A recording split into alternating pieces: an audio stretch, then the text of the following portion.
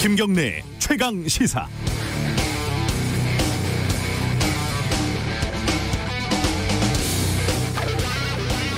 어제 텔레비전 뉴스를 보니까요, 이른바 비닐하우스 기숙사에서 지내는 외국인 노동자들은 방 안에서도 부담스러울 정도로 두꺼운 겉옷을 입고 지내더군요. 난방이 안 돼서 전기장판 하나로 겨울을 보내고 바람이 숭숭 들어오는 창문은 신문지로 막아놓고요. 어제 오늘 같은 한파에서는 사람이 죽어나가도 하나 이상할 게 없어 보였습니다. 그렇죠. 이주노동자 걔들은 그렇게 살아도 되는 거니까요. 동부구치소에서 코로나 확진자가 800명이 나왔습니다. 전체 인원이 3,000명이 좀 안 되니까 3명 중에 1명 정도가 코로나에 감염이 된 겁니다. 동부구치소는 거대한 코로나 수용소로 방치됐던 셈입니다. 내부에서 생활하고 있는 재소자가 보낸 편지를 보면 접촉자에 대한 관리는 엉망이었고 마스크 지급도 제대로 이루어지지 않았다고 하죠. 그렇죠. 재소자, 걔들은 그렇게 감염이 돼도 되는 거니까요. 일하다 떨어져 죽지 않게, 끼어서 죽지 않게 기업에게 책임을 묻는 법을 만들자고 한 지가 언제부터일까요? 제가 기자 생활 시작할 무렵에도 비슷한 걸 취재를 했으니까 적어도 한 20년은 됐겠네요. 매일매일 노동자들이 죽어나가도 유족들이 20일 넘게 밥을 굶어도 2020년도 그냥 넘어가게 됐습니다. 그렇죠. 노동자 걔들은 그렇게 죽어도 되는 거니까요. 하지만 영하 10도 혹한에 보일러도 고장이 나면 당신도 그들도 똑같이 춥습니다. 마스크를 쓰지 않고 접촉하면 당신도 그들도 똑같이 감염이 됩니다. 10m 작업장에서 떨어지고 하루 15시간 쉬지 않고 일을 하면 당신도 그들도 똑같이 죽습니다. 그렇게 살아도 되고 그렇게 죽어도 되는 사람은 세상에 없는 겁니다.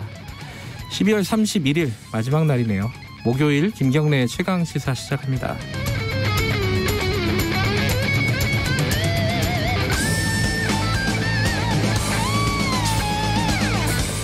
네, 김경래의 최강시사 유튜브 라이브 열려 있습니다. 실시간 방송 보실 수 있고요. 샵 9730으로 문자 기다립니다. 짧은 건 50원, 긴 건 100원. 스마트폰 콩 이용하시면 무료로 참여하실 수 있습니다. 1부에서는요. 박원순 전 서울시장 성추행 의혹 사건 수사 결과가 나왔죠. 이 관련해가지고 오늘 여성단체 쪽 얘기 좀 들어보겠습니다. 2부 최고의 정치에서는 공수처장, 검찰개혁 등 전국의 현안 두 당의 의원들과 함께 이야기 나눠봅니다.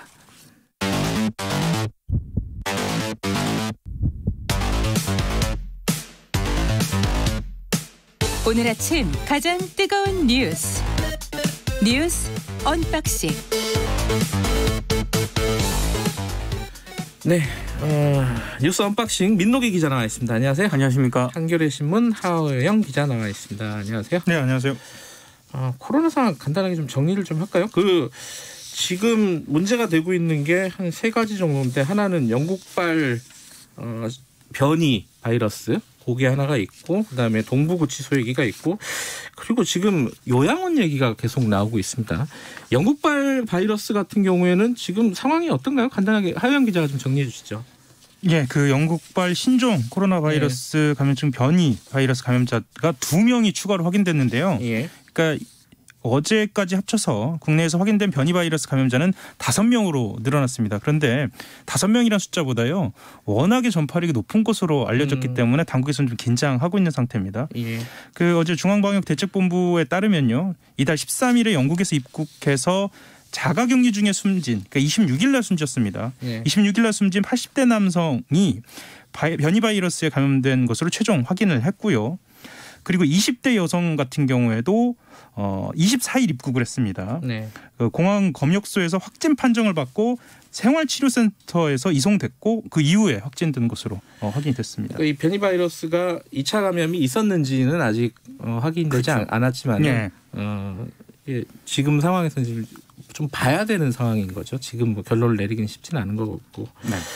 동부구치소는 지금 점점 늘어갔고 792명이요? 지금까지? 그러니까 이게 어제 0시 기준이거든요. 예. 근데 지금 음성 판정을 받은 그 직원하고 수용자 있지 않습니까? 예. 1830명에 대해서 지금 법무부가 4차 전수조사를 진행을 하고 있는데, 이게 전수조사를 할 때마다 지금 확진자가 계속 나오고 있잖아요. 예. 그래서 더 늘어날 가능성도 있고요.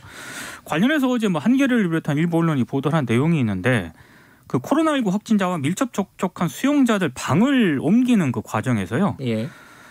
이 수용자들 한 4시간가량 한 공간에 모이게 했다고 합니다. 좀 약간 말도 안 되는 상황이 벌어졌던 거예요. 이 얘기에 따르면은. 그러니까 이게 정말로 말이 안 되는 그런 상황이고요. 그래서 네. 수용자하고 가족들은 구치소의 부적절한 대응으로 코로나19 감염을 키운 것 아니냐 이렇게 반발을 하고 있는데 일단 동부구치소 입장은 밀접 접촉자를 개별 수용할 공간이 없어서 수용자 분리와 이동과 방 소독을 위해서 어쩔 수 없이 한꺼번에 강당에 대기하게 했다.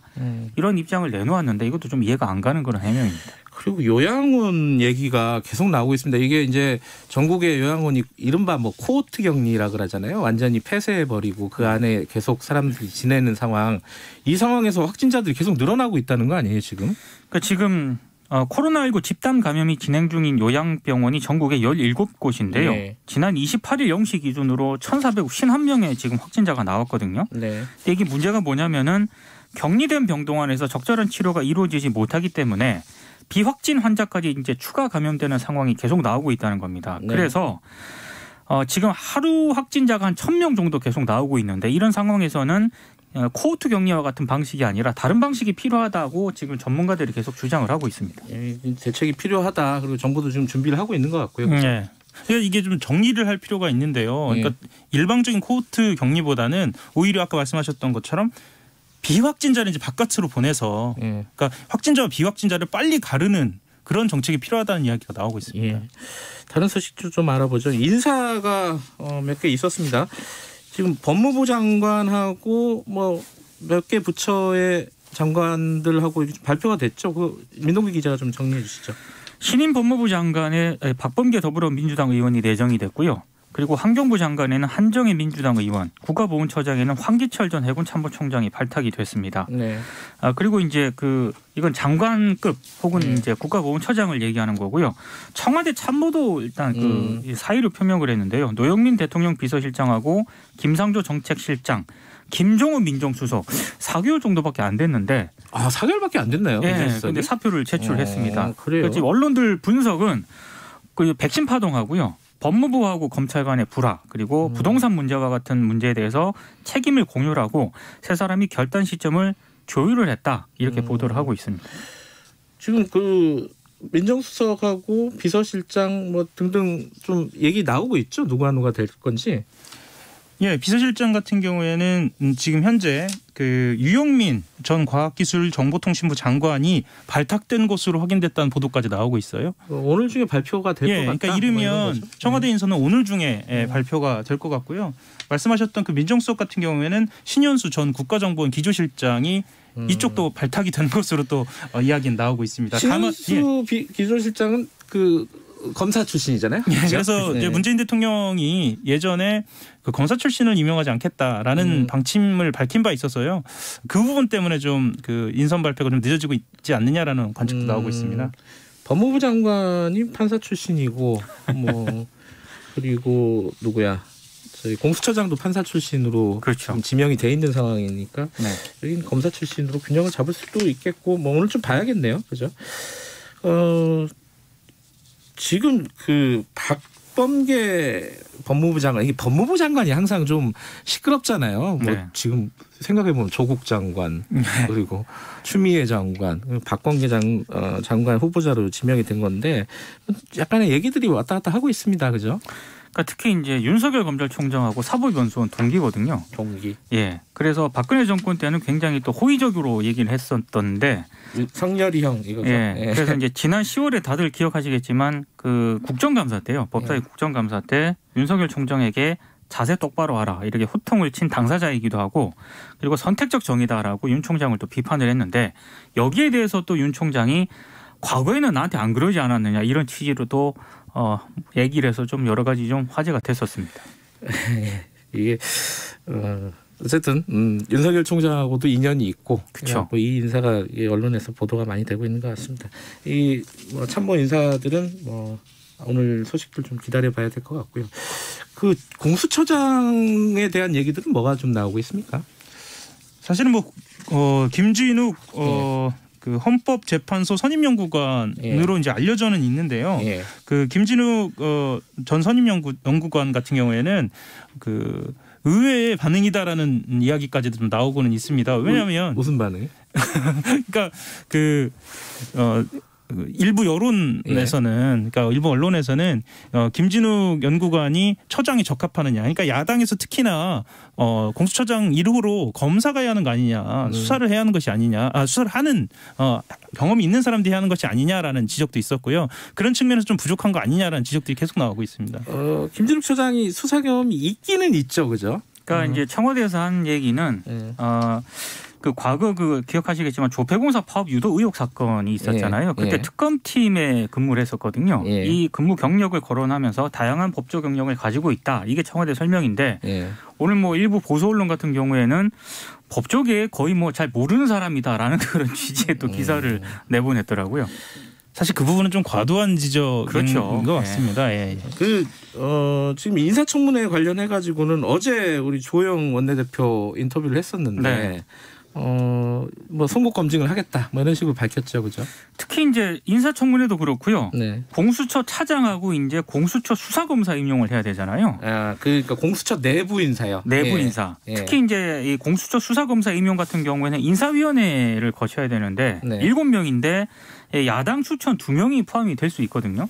이때도 뭐 최대한 뭐 입장을 밝히겠다 이렇게 얘기는 하고는 있습니다만 그때 4명 이상 창성하면 이건 또 의결이 되기 때문에 한계가 있다라는 그런 지적도 있습니다. 또 인사청문회가 어떻게 진행될지 좀 봐야 될 것 같고 아마 이제 뭐 그러니까 세간에 대중적으로 많이 알려진 인물이 아니라서 그렇죠. 인사청문회 과정에서 뭐 새로운 얘기들이 좀 나오겠죠. 실제로 그렇기도 하고요. 벌써부터 그 공수처 차장이 누구냐라고도 관심이 가져지고 있거든요. 빠르네요. 차장 얘기가 벌써 나와요. 그러니까 공수처에 대해서 계속 문제를 삼는 쪽에서는 공수차장에 누가 임명되느냐에 따라서 혹시 차장이 뒤에서 실세로 군림하는 거 아니냐 뭐 이런 시각으로 좀 보고 있습니다. 특히 이제 그 이번에 공수처장 후보는 대한변협이 추천했잖아요. 차장에는 뭐 정권에 영향력을 미칠 수 있는 인사가 앉히는 것 아니 뭐 이런 해석까지도 나오고 있더라고요. 차장도 좀 관심 있게 보자 뭐 이런 뜻이겠네요. 네. 알겠습니다. 어제 박원순 전 시장 관련된 내용들이 좀 많이 나왔는데 몇 가지 좀 쟁점들이 있는데 이거 민동기 기자가 먼저 좀 정리를 해주시죠. 일단 그 검찰이 발표한 내용을 보면은요. 그 박원순 전 시장 피소 사실 유출 의혹 관련 수사 결과를 발표한 거거든요. 누가 사전에 박원순 시장이 고소를 당했는지를 이제 박원순 시장한테 알렸다 뭐 이런 내용이죠. 그렇습니다. 그런데 검찰 발표는 이렇습니다. 피해자 측에서 박 전 시장 고소 예정 사실을 여성 단체더라고요. 남인순 더불어민주당 의원 그리고 임순영 당시 그 젠더 특보를 통해서 박 전 시장에게 전달이 됐다는 게 검찰의 판단입니다. 그래서 당시 그 피소 사실 유출 혐의로 고발이 됐던 경찰, 검찰, 청와대 관계자들에 대해서는 전원 무혐의 처분을 내렸고요. 숨지기 전날인 7월 8일에 임순영 서울시 젠더 특보에게 박원순 전 시장이 자신이 성추행 의혹 피해자인 전 비서와 주고받은 문자 메시지가 문제가 될 소지가 있다 이런 취지로 말한 것으로 지금 검찰 수사 결과는 지금 이렇게 발표가 되고 있습니다. 그럼 정리를 해보면은 어쨌든 그 여성단체 쪽의 움직임이 국회의원 남인순 의원을 통해 가지고 박원순 시장 측으로 흘러 들어갔다는 건 사실인 거고. 그렇죠. 검찰 조사 결과로는. 그러니까 여성단체 인사가 남인순 더불어민주당 의원에게 연락을 했고 남인순 더불어민주당 의원이 임순영 서울시장 전대특별보좌관한테 연락을 했고 그 자리에서 이제 임순영 특보 같은 경우에는 그 박 시장을 독대를 한 것으로 그렇게 확인이 된 거죠. 독대를 해서 물어봤는데 박 시장은 뭐 특별한 일은 없다라는 취지로 처음에는 특별한 일이 없다라는 취지로 얘기를 했는데 7월 8일 밤에 임 특보를 공간으로 부릅니다. 나중에 또 이제 그 얘기 이후에 다시 불러가지고 피해자와 좀 문제가 될 소지가 있는 그런 문자 메시지를 한 적이 있다라는 취지로 이제 얘기를 한 것으로 지금 전해지고 있습니다. 그러니까 문자가 문제 삼으면 문제될 소지가 있다. 뭐 이게 이제 검찰 쪽에서 나온 얘기인데 이게 말이 좀 애매하긴 하네요, 그죠? 문제를 삼으면 문제될 소지가 있다.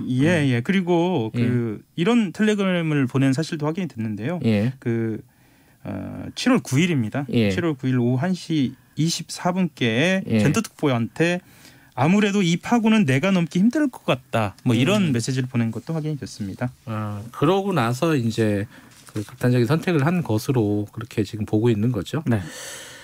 지금 전반적으로 지금까지 알려졌던 사실과는 조금 디테일이 다르죠. 예, 얘기들이 나온 건데 여기에 대해서 지금 피해자 측은 좀 반발을 하고 있는 거죠. 네. 그 서울시장 위력 성폭력 사건 공동행동입니다. 이 공동행동 쪽에서는 피해자가 밝히고자 했던 피해가 현실에 존재했음이 확인됐다 이렇게 주장하면서요. 문자를 얘기하는 거겠네요. 예. 그 책임자들은 박 전 시장의 성폭력 행위를 피해자에게 사죄하라라고 촉구를 했습니다. 네. 관련된 내용은 저희들이 언박싱 끝나면은 여성단체 쪽과 인터뷰가 예정이 돼 있습니다. 오늘 뉴스 언박싱은 여기까지 하겠습니다. 자, 오늘이 12월 31일이니까 자, 오늘 한 해 잘 마무리하시고 내년에도 새해 복 많이 받으시기 바라겠습니다. 1년 동안 고생하셨습니다. 고생하셨습니다. 감사합니다. 자, 민동기 기자 그리고 한겨레 신문 하화영 기자였습니다. 김경래의 최강 시사 듣고 계시고요. 지금 시각은 7시 36분입니다. 날씨 정보입니다. 2020년 마지막 날인 오늘 날씨 어제와 비슷합니다. 강추위와 또 충청, 호남, 제주의 폭설 이렇게 두 축으로 나뉠 수 있고요.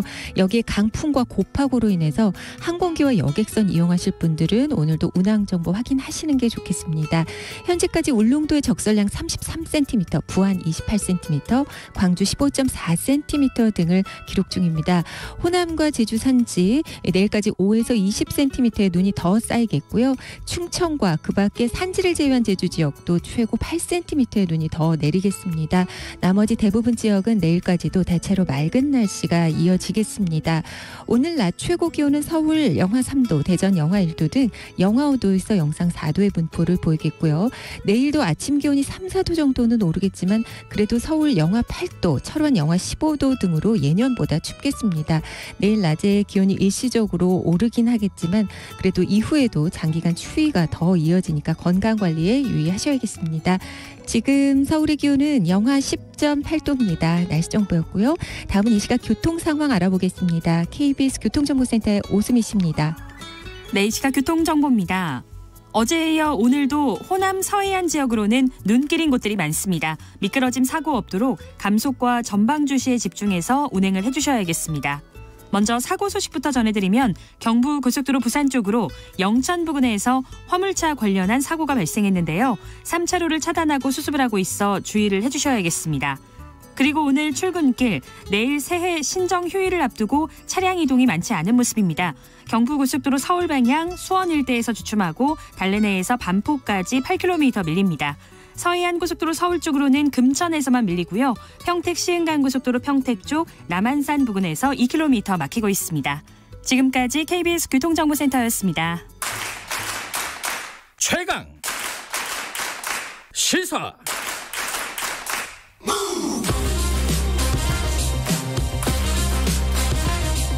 지금 여러분께서는 김경래 기자의 최강 시사를 듣고 계십니다. 네, 조금 전에 말씀드렸듯이 고 박원순 전 서울시장 비서 성추행 의혹 사건 관련된 수사가 마무리가 됐습니다. 하지만 이 피해자 측은 반발을 하고 있고요. 오늘 그 얘기 좀 들어보겠습니다. 서울시장 위력 성폭력 사건 공동행동 김혜정 부소장님 연결돼 있습니다. 안녕하세요. 안녕하세요. 네, 일단 경찰 수사 결과는 저희들이 조금 전에 정리했는데 평가를 하신다면 어떻습니까? 전체적으로? 네, 경찰 발표는 175일이 피해자 고소일 기점으로 지난 상황에서 이루어졌다는 것을 좀 감안할 필요가 있습니다. 네. 피고소인 사망, 공소권 없음 이런 거는 좀 예견됐던 일인데요. 네. 이렇게 175일이 지난 상황에서 사회적인 혼란이라든지 여러 비용들이 발생을 하기 때문에 경찰이 그동안 확인한 내용은 어느 정도 밝혀줘야 그 다음 단계의 논의들을 할 수 있다는 것이 저희의 여러 촉구하는 내용이었거든요. 네. 근데 그러기에는 굉장히 미진했다라는 점에서의 평가였습니다. 그러니까 수사 결과 특히 이제 성추행 의혹과 관련돼서는 공소권 없음이기 때문에 이제 자세한 수사 결과가 안 나왔으니까 수사 결과라도 수사 내용이라도 공개를 하는 것이 어떠냐 이런 취지시는 거네요. 네, 맞습니다. 여러 가지 오랫동안 해결이 안 된 그런 성폭력 사건들이 있지 않습니까? 우리가 되게 마음 아프게 생각하고 있는 여러 장자연 사건 이런 것들도 있고요. 초기에 경찰은 확인을 하거든요. 모든 네. 참고인들도 다 만나고요. 네. 자료도 다 확인합니다. 모든 네. 핸드폰 포렌식 피해자가 제출한 모든 핸드폰 이런 것들을 다 봤거든요. 네. 그 자료는 굉장히 중요한 자료인데 이것이 다음 단계에서 가면은 국민들이 더 확인하실 수가 없어요. 네. 네, 이런 것들이 어느 정도는 밝혀져야 그 이후에 것들을 해나갈 수 있다고 생각이 됩니다. 지금 경찰 같은 경우에는 그 포렌식을 못 했잖아요. 법원에서 영장이 안 나와가지고, 그죠? 네. 그 부분에서 좀 한계가 있지 않았을까라는 생각도 들고요. 어떻게 보십니까, 이 부분은? 네, 맞습니다. 지금 피고소인 핸드폰 같은 경우에는 네. 이제 업무폰이었습니다. 업무폰이었기 때문에 이것이 아주 개인적인 뭐 인격권 이런 측면도 있지만 그것만이 아니라 어느 정도 공적인 수사에 제공이 되기를 바랬는데요. 예. 일단 법원이 5개월 동안 준항고 기각 결정을 안 내리고 이제 보류되었던 것이 있었고 네. 유족은 일부 수사에 대해서만 이제 동의를 했었었고요. 네. 결국에는 이 최초에 고소된 사건에 대해서는 아예 포렌식을 못한 겁니다. 예. 이 점에 대해서는 경찰도 영장 청구하려고 노력을 했었던 거라고 생각이 되는데 예. 애초부터 기본 수사 자체가 안 된 상태에서 결론이 났다고 이렇게 보여집니다. 근데 이제 이게 경찰이 대대적으로 사실 5개월 동안 수사를 한 부분이에요. 그러니까 네. 40명 넘는 인력이 배당이 됐었고 그래가지고 이제 그 대부분의 주변인들에 대한 뭐 전화 통화 내역이라든가 이런 것들은 다 봤다는 거잖아요. 그러니까 이 정도면은 그래도 지금까지 했던 수사 결과는 그래도 받아들여야 되는 거 아니냐? 요 의견에 대해서는 어떻게 생각하십니까? 피해자가 고소했던 것은 통신매체 이용 음란 예. 그리고 업무상 위력에 의한 추행, 강제추행 이런 거였고요. 예. 그다음에 제3자가 가로세로 연구소가 고소를 예. 고발을 했던 거는 이제 주변인들, 동료 상사들에 의한 강제추행 방지죄 이 두 가지는 좀 내용이 다른데요. 예. 피해자가 겪었던 통신매체 이용 음란이나 이런 것들은 피해자 주변에서 이거를 본 사람, 들은 사람, 그리고 피해자가 업무 때 이용했던 4년간의 핸드폰 3개를 다 제출을 했습니다. 네. 여기에서 현출된 것들이 나와 있고요. 네. 그리고 이 참고인들도 다 조사를 하는데 경찰이 46명이 투여가 된 거거든요. 예. 근데 이런 구체적인 사항에 대해서 물었을 때 이제 경찰은 자세한 내용은 말할 수 없다라고 하는 이야기를 한 거거든요. 예. 강제추행 방조죄 같은 경우에는 지금 전현직 직원들 같은 경우에는 그 어떤 위력이 피해자뿐만이 아니라 이런 진술하시는 분들에게도 작동할 수 있는데 네. 나는 피해자와 만난 거는 기억이 없다라고 얘기를 하셨을 때 네. 이것들을 또 핸드폰이라든지 일정표 같은 거를 확인해서 이 진술들을 대조했나 하면 그런 건 아니거든요. 진술을 들은 것까지 경찰이 한 것이고요. 네. 거기에서 방조죄, 형사적인 어떤 처벌, 유죄를 입증할 정도까지는 아니다. 이렇게 말한 겁니다. 예. 이 상황에서 그래도 확인된 것, 현재까지 확인이라도 된 것, 피해자가 정말 고충을 호소한 사실이 있는가에 대해서 저희는 있다고 굉장히 많은 자료들을 제출한 상태인데 네. 그런 점에 대해서 확인이 되기보다는 범죄 입증까지는 안 됐다라는 내용 그리고 성추행에 대해서는 어떤 공소권 없습니다라고까지만 얘기했다는 것이죠. 그러니까 그렇다면요. 이 피해자 측에서 그리고 이제 공동행동 측에서 이 검찰이나 경찰에 제출한 이런 자료들을 국민들한테 좀 공개를 할 필요도 있는 거 아닐까요? 어떻게 보세요? 이쪽에서는 공소권이 없다고 얘기를 해버렸으니까 그리고 더 이상은 밝힐 수 없다고 얘기를 하면은 방법이 더 이상 수사를 안 하겠다는 거니까 피해자 측에서 뭔가 그런 것들을 증명할 수 있는 것들을 좀 보여줘야 되지 않을까라는 생각도 좀 들고요. 어떻게 보세요? 그렇게 생각이 되시나요? 아니 그러니까 경찰 보고 계속 밝히라 그러는데 법적으로는 못 밝히겠다 이러고 있잖아요. 경찰은. 모르겠습니다. 여러 가지 예를 들면 저희가 지원하는 사건들 중에 김학의 윤중천에 의한 성폭력 사건들도 있고 했는데요. 여기 경찰에 계속 여러 번 고소장을 제출합니다. 네. 역사적으로 계속 10년 넘는 세월 동안요. 검찰에도 여러 번 진술하고 이 과정이 어떻게 됐는지를 법적으로 권리를 가지고 절차를 가지고 그리고 그 결과가 어떻게 되었는지 무엇이 누락됐고 무엇이 중간에 인멸됐는지 왜곡됐는지 이런 것들을 밝히라는 어떤 과정과 그다음에 공적인 어떤 자료를 가지고 피해자들은 많이 싸워왔는데요. 이 내가 제출한 모든 자료들, 이 진술들을 내가 개인적으로 언론에 공개하고 기자회견을 열어서 이 자료들을 하나하나 공개했을 때 이게 피해자들에게 과연 어떤 제도적인 법적인 권리가 보장되는 방식인지, 물론 그렇게 할 수밖에 없는 상황이라면 시민법정 이런 거를 여는 그런 역사적인 완전히 미제 사건들도 있긴 있습니다. 네. 그렇지만 그것의 결과로 사회적으로 인정받는 거랑 어떤 제도와 절차에서 정말 아무것도 이루어질 수 없는 것이냐 결론이 나는 거랑은 좀 다른 길이거든요. 예. 저희는 어떤 제도적인 권리, 그러니까 마지막까지 어떻게 가능한지 같은 답이 지금은 필요한 상태라고 생각이 듭니다. 경찰의 수사는 마무리가 됐지만 지금 검찰에서 또 볼 수 있는 거잖아요. 그러면 지금 요구하시는 거는 검찰이 다시 한번 좀 들여다봐라 이렇게 볼 수 있는 건가요? 그러면은? 29일에는 경찰이 발표를 구체적인 얘기는 안 했지만 송치를 네. 이제까지 확인한 자료들을 다 송치를 했을 거라고 생각이 듭니다. 예.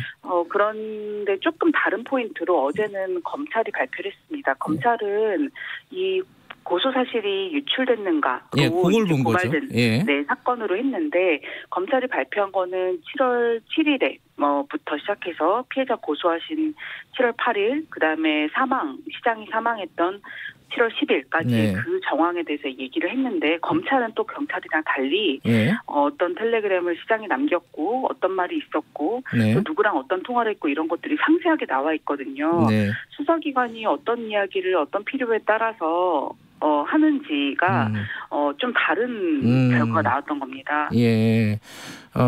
그래서 어쨌든 이 그 성추행 자체에 대한 의혹도 검찰에서 좀 면밀하게 다시 한번 좀 들여다봐야 된다 이런 입장이신 거죠 지금? 네, 경찰이 이제까지 확인한 내용들이 없지 않았으니까요. 예. 그것에 대해서 검찰이 받고 그냥 예. 공소권 없음으로 2, 3일 만에 덮어버리는 것이 아니라 예. 이 내용이 어떤 내용이었는지 예. 같은 것을 더 확인하고 또 보강하고 이런 필요가 있다고 생각이 듭니다. 지금 좀 남아있는 게 또 국가인권위원회 아니겠습니까? 이쪽 조사는 좀 기대되는 측면이 있습니까? 어떻습니까?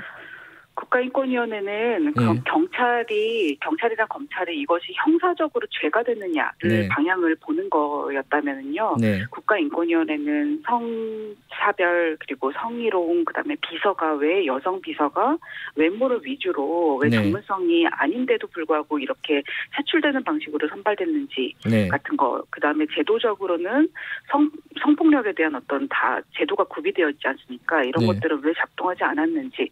그리고 지방자치단체장이 성폭력을 행한 행위자였을 때는 네. 어떻게 피해자가 할 수 있는지 제도적인 개선까지를 좀 포괄 해서 지금 직권조사가 이루어지고 있습니다. 네. 형사적인 죄가 되느냐보다는 그건 좁게 본다면 네. 인권위원회는 좀 더 제도 개선까지를 포괄한 것들을 권고할 수 있기 때문에 조직 문화라든가 구조적인 문제에 대해서 조금 더 사회적인 메시지 같은 것들이 제시가 되기를 기대를 하고 있습니다. 예. 지금 특히 방조죄나 이런 부분에 대해서는 박원순 시장 주변 인물들이요. 예컨대 오성규 전 서울시 비서실장 같은 경우에는 고소인 측의 주장이 거짓이라거나 억지라는 게 확인됐다. 이런 식으로 지금 얘기를 하고 있단 말이죠. 이 부분에 대해서는 어떻게 생각하십니까? 방조죄 같은 경우에는 예. 피해자 측은 처음부터 애초에 고소를 완전히 고려하지 않았던 그런 부분입니다. 피해자들은 처음에 약간 동료들 그리고 네. 상사 앞으로도 공무원이기 때문에 3, 40년은 일할 수 있잖아요. 예. 이분들에 대해서 형사적으로 이 사람들 처벌해 주세요라고 하는 것을 말하고 진술하는 게 굉장히 부담스러운 일이거든요. 네. 그런데 이거를 제3자인 어떤 다른 쪽의 분들이 이거를 네. 고발을 한 겁니다. 그래서 과연 경찰이 이걸 진행을 할까 했는데 수사를 계속 하겠다고 하시더라고요. 예. 그래서 피해자로서는 고민을 한 결과 내가 그동안 4년 동안에 이동을 하고 싶다라고 하는 이야기, 그다음에 성적인 이런 고충, 시장님이 밤에도 연락하시고 이렇게 바쁘신 분이 3, 40분 동안이나 나한테 이렇게 연락을 하시는 게 이게 어떤 상황이지? 이런 얘기들을 했던 것에 대해서 이거라도 이야기하고 싶었던 마음으로 진술을 하거나 관련 자료를 제출했던 겁니다. 예. 다 동료들 상사들을 처벌해 주세요. 이렇게 부탁했던 것이 아니었는데요. 예. 여기서 나온 증거불충분을 피해자가 허위로 뭔가를 주장했다라고 말한 거는 완전히 다른 피해자 공격이라고 생각이 됩니다. 지금은 얼마 전에 피해자가 박원순 시장에게 썼던 편지, 과거의 편지를 공개해가지고 또 실명도 잠깐 공개되고 했고요. 그래서 그게 2차 가해다 이런 얘기들이 꽤 많았습니다. 이런 부분에 대해서는 어떤 의견을 갖고 계십니까? 네, 두 가지로 분리해서 볼 필요가 있는데요. 예. 편지에 피해자가 썼던 것들의 예. 피해자 손글씨, 글씨체 그리고 이름, 그다음에 어제자로는 이 피해자 이름이랑 뭐 무슨 과에서 일하는 이름이 뭐다 이런 것들이 지금 10개 넘는 사이트에 올라와 있는 상황이고요. 네. 심지어 이제 포털 사이트 같은 데서도 이름이 다 현출이 되고 있고 어제는 심지어 피해자의 사진도 올라왔는데요. 아, 그래요? 이것은 굉장히 문제적이고 위협적인 사실은 행동입니다. 어떤 피해자가 이걸 고소를 할 수가 있을까요? 예. 거기에 좀 다르게 예. 이제 편지에 대해서도 사실은 이 내용 하나하나 피해자가 심기보자를 해왔던 아침에 6시에 출근을 해서 밤 10시까지 계속 기분을 살피면서 간식 하나 챙겨드리고 약 하나 챙겨드리고 시장님 괜찮으세요? 보궐선거 재선거 나가시는데 2선 3선 도전하시는데 어떤가요? 누구 때문에 속상해하시면 또 누구 때문에 역정 내시거나 화내시면 괜찮으세요? 이 기분을 계속 눈치를 보고 하는 것들이 이 비서, 그 앞에 앉아있는 비서들이 해왔던 노동이거든요. 네. 여기서 했던 모든 피해자들의 표정, 말, 행동, 그다음에 썼던 메모들 이런 것들을 다 가지고 피해자가 이렇게 일했던 사람이 성폭력 겪은 거 맞아? 라고 얘기하면 사실은 위력에 의한 성폭력 피해자는 세상에 존재하지 않을 것 같습니다. 이 부분에 대해서 좀 법적인 조치가 필요한 거 아닙니까? 어떻게 지금 대응하실 생각이세요? 피해자 실명은 이미 박원순 전 시장의 지지자들의 온라인 그룹에서 7월, 8월에 이미 올라온 적이 있습니다. 이것들에 대해서 저희가 10월 7일에 고소를 했었고요. 12월 24일에 서울시 시민대학 운영 자문위원이 실명 올렸거든요. 이것에 대해서도 24일에 고소를 했습니다. 그건 진행 중이네요, 그러면? 네, 촉구하고 있고요. 좀 빠르게 진행을 해서 중단이 되기를 저희가 강력하게 촉구를 하고 있습니다. 실제적인 진실과는 별개로 이런 피해자에게 직접적인 2차 가해를 가하는 건 정말 이렇게 어떤 근절을 해야 되는 방안을 좀 빨리 좀 마련을 해야 될 것 같습니다. 마지막으로 짧게 그 여성 단체로부터 이렇게 유출이 됐다. 이게 이제 그 검찰의 수사 결과잖아요. 이 부분에 대해서는 어떻게 봐야 돼요? 네, 저희가 공동행동이 289개 단체로 지금 활동을 하고 있는데요. 이 사건에 대한 대응에 결합하지 않은 다른 단체가 있었고요. 이 단체에서 저희가 피해자 변호사를 최초에 만나려고 했었을 때 이 약속되고 있다라는 것을 알고 이것을 친한 국회의원에게 얘기했다고 이렇게 이제 나와 있습니다. 피해자를 만나기 이전에 있었던 일이었는데 이것에 대해서는 굉장히 엄정하게 처리되어야 된다고 저희가 내부적으로 좀 논의를 하셔야겠네요. 그 부분은. 네, 맞습니다. 알겠습니다. 오늘 여기까지 드릴게요. 고맙습니다. 고맙습니다. 한국성폭력상담소 김혜정 부소장이었고요. 1부는 여기까지 하고요. 잠시 2부 최고의 정치로 돌아옵니다. 8시에 뵙겠습니다. 지역과 주민 스스로가 할 일을 직접 결정할 수 있도록 32년 만에 지방자치법이 전부 개정되었습니다. 주민이 정책 결정에 참여할 수 있는 권리가 신설되고요. 주민이 조례를 직접 제안할 수 있게 됩니다. 지역은 스스로 하는 일이 더욱 많아지고 주민에게 지방자치 정보를 적극적으로 공개해야 합니다. 중앙과 지역이 함께 중요한 정책을 논의하고 지역이 서로 협력할 수 있는 제도가 마련된다고 하니 지역이 더욱 행복해지겠죠? 32년 만에 지방자치법 전부 개정으로 주민이 만들어갈 대한민국의 미래가 시작됩니다. 이 캠페인은 행정안전부와 함께합니다.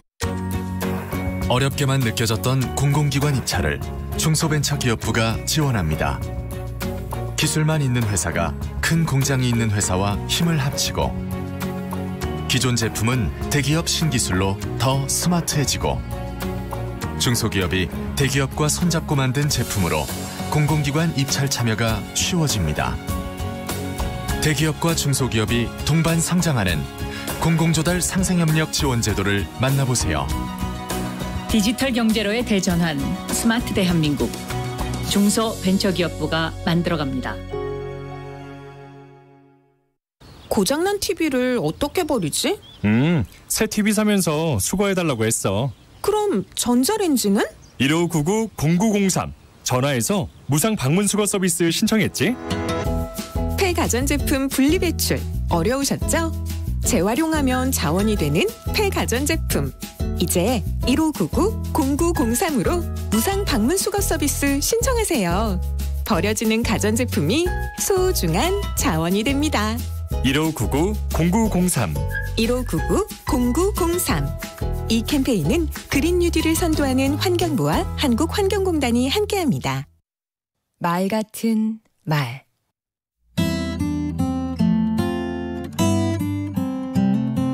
안녕하세요. 강원국입니다. 구설수란 말 들어보셨지요? 사전을 찾아보면 남과 시비하거나 남에게서 헐뜯는 말을 듣게 될 운수라고 되어 있더라고요. 좋은 게 아니지요. 그런데 살다 보면 구설수에 오르는 경우가 종종 생깁니다. 가장 흔한 경우는 자신의 역량이나 노력에 비해 과한 대접을 받거나 그 이상 성공했을 때입니다. 그러면 누군가의 입에 오르내리게 됩니다.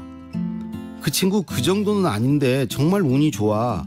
뒤를 봐주는 사람이라도 있나? 이럴 때 참 억울하지요. 그런데 내가 잘못해서 구설수에 오르는 일도 많습니다. 남의 비밀, 결점이나 흠을 떠들고 다니면 구설수에 오릅니다. 너만 알고 있어라 하고 신신당부했는데 그런 말일수록 천리를 가지요. 비밀을 털어놓을지 말지를 결정할 수 있는 사람은 오직 당사자뿐이라는 사실을 명심해야 합니다. 주제 넘은 말도 사람을 불쾌하고 불편하게 합니다. 결혼은 언제 할 거냐? 자식은 있느냐? 요즘 만나는 사람 없느냐? 이렇게 남의 사생활을 함부로 물으면 주책이 없다는 소리를 듣습니다. 상황과 분수에 맞게 말해야 구설에 휘말리지 않습니다. 하지만 너무 멀어져도 서운해합니다. 불각은 불가원, 너무 가깝게도 그렇다고 너무 멀리도 하지 말라고 하잖아요. 구설의 도마에 오르지 않으려면 관계에 맞는 적절한 거리를 유지해야 합니다. 뭐니 해도 구설수에 휘말리게 하는 주범은 말실수입니다. 부처님이 그러셨지요. 사람의 혀는 잘 쓰면 이로운 도구, 즉 이기가 되지만 잘못 쓰면 사람을 해롭게 하는 무기가 된다고요. 그런 무기로 공격받은 사람은 가만히 있겠습니까? 입방아를 찢겠지요. 말실수가 구설이 되어서 내게로 돌아옵니다. 강원국의 말 같은 말이었습니다. 2020년에는 어떤 말을 하며 사셨나요? 함부로 뱉어내 스스로를 곤란하게 하는 말보다는 서로가 행복해지는 말을 더 많이 하는 날들이기를.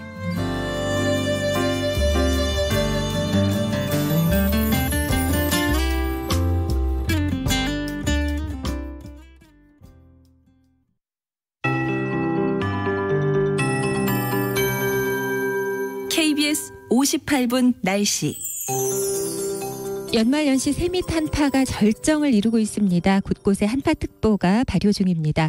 현재 서울의 기온이 영하 12.2도, 체감온도는 무려 영하 16도입니다. 대관령은 영하 19.9도, 철원 영하 17.7도인데요. 이 강추위는 내일 낮에 일시적으로 주춤하겠지만 꽤 장기간 이어지겠습니다. 건강관리에 유의하셔야겠습니다. 충청, 호남, 제주에 지금 폭설이 연일 이어지고 있습니다. 대설특보 발효 중인 가운데 울릉도, 독도에는 33cm, 부안 28cm, 광주 15.4cm의 적설 기록하고 있습니다. 호남과 제주 산지에는 내일까지 5에서 20cm의 눈이 더 쌓이겠고요. 이 충청과 그 밖에 산지를 제외한 제주 지역도 최고 8cm의 눈이 더 내리겠습니다. 항공기 이용하실 분들은 정보 확인하시는 게 좋겠습니다. 시설물 관리와 교통안전에도 역시 주의하셔야겠습니다. 그리고 해안과 제주에는 강풍특보 발효 중인 가운데 오늘까지 바람이 강하겠고요. 강원 산지는 내일까지 바람이 세게 불겠습니다. 해상의 물결도 2에서 6m로 매우 높겠습니다. 대부분 지방 맑은 날씨를 보이는 곳이 많겠습니다. 오늘 낮 최고 기온 서울 영하 3도 등 전국적으로 영하 8도에서 0도의 분포를 보이겠고요. 내일 아침 기온은 서울 영하 12도입니다. 지금 서울의 기온은 영하 12도입니다. 강혜종입니다.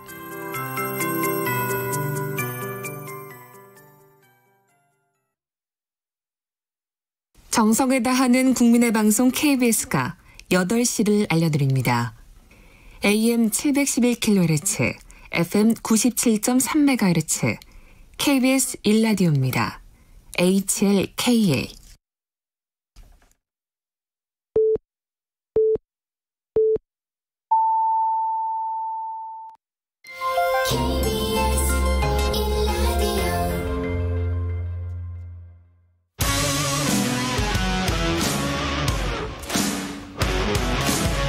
뉴스타파 기자 김경래 최강 시사.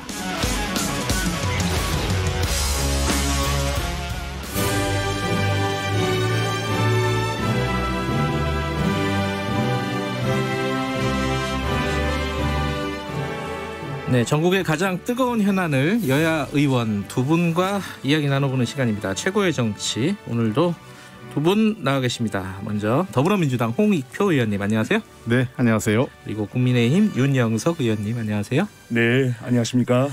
오늘이 최고의 정치 마지막 시간입니다. 내년부터는 저희들이 좀 개편을 해가지고 다른 코너로 좀 찾아뵙도록 하고요. 의원님들 마지막 인사는 저희들이 토론 끝나고 시간을 좀 드리도록 하겠습니다. 김경래 최강 시사는 실시간 방송 유튜브로 보실 수 있고요. 샵 9730 문자 기다립니다. 짧은 건 50원, 긴 건 100원이고요. 스마트폰 콩 이용하시면 무료로 참여하실 수 있습니다. 오늘 마지막 시간인데 토론의 룰이 굳이 필요하겠나 이런 생각이 듭니다. 그냥 좀 자유롭게 자유롭게 편하게 좀 말씀하시면 좋겠고요. 오늘 연말인데 오늘 12월 31일인데도 국회는 마지막까지 좀 바쁘네요. 그죠? 여러 가지로.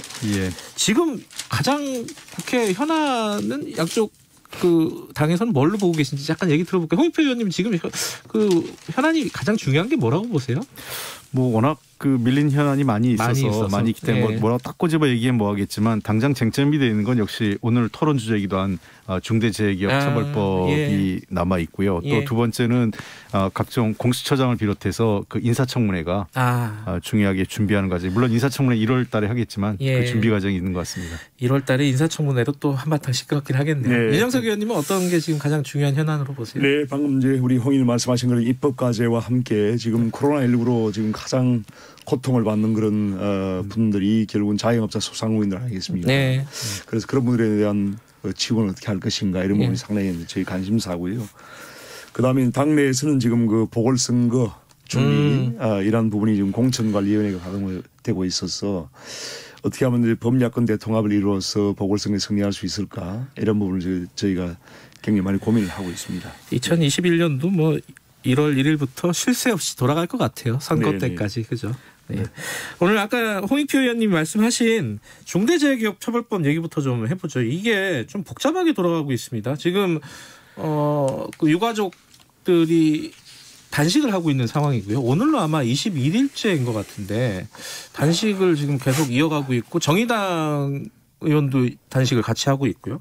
근데 이 와중에 이제 원래는 민주당 쪽에서 냈던 안들이 있었잖아요. 박주민 안 이런 식으로 있었는데 정부의 안이 나왔는데 여기에 대해서 굉장히 반발하고 있어요. 이쪽 정의당 쪽도 그렇고요. 이 부분부터 좀 얘기를 해보죠. 이 정부 안이 지나치게 후퇴된 거 아니냐. 이게 정의당이나 유가족들은 그렇게 얘기를 하고 있는데 홍익표 의원님은 어떻게 보십니까? 네, 자꾸 이제 오해가 있는 게 정부 아니라고 그래서 마치 정부가 낸 법안이 있는 것처럼 논의되는데 그건 아니고요. 아, 법안이 아니에요? 예. 법사위 법안 소위에서 논의 과정에서 정부가 정리된 입장을 가지고 와서 입장이군요. 예, 그러니까 정부 아니라기보다는 정부의 입장이 더 정확한 표현인 것 같습니다. 예.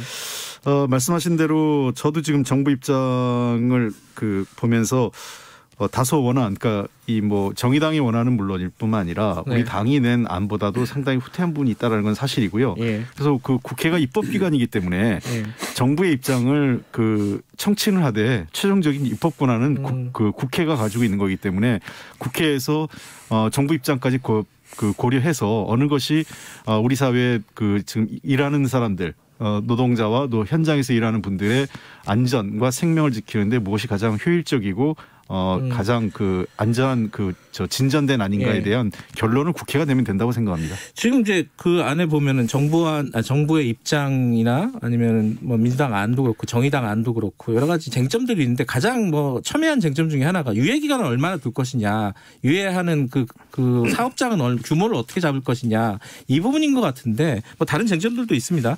윤영석 의원님은 요 지금 논의되고 있는 과정들 보시면서 어떤 입장을 갖고 계세요?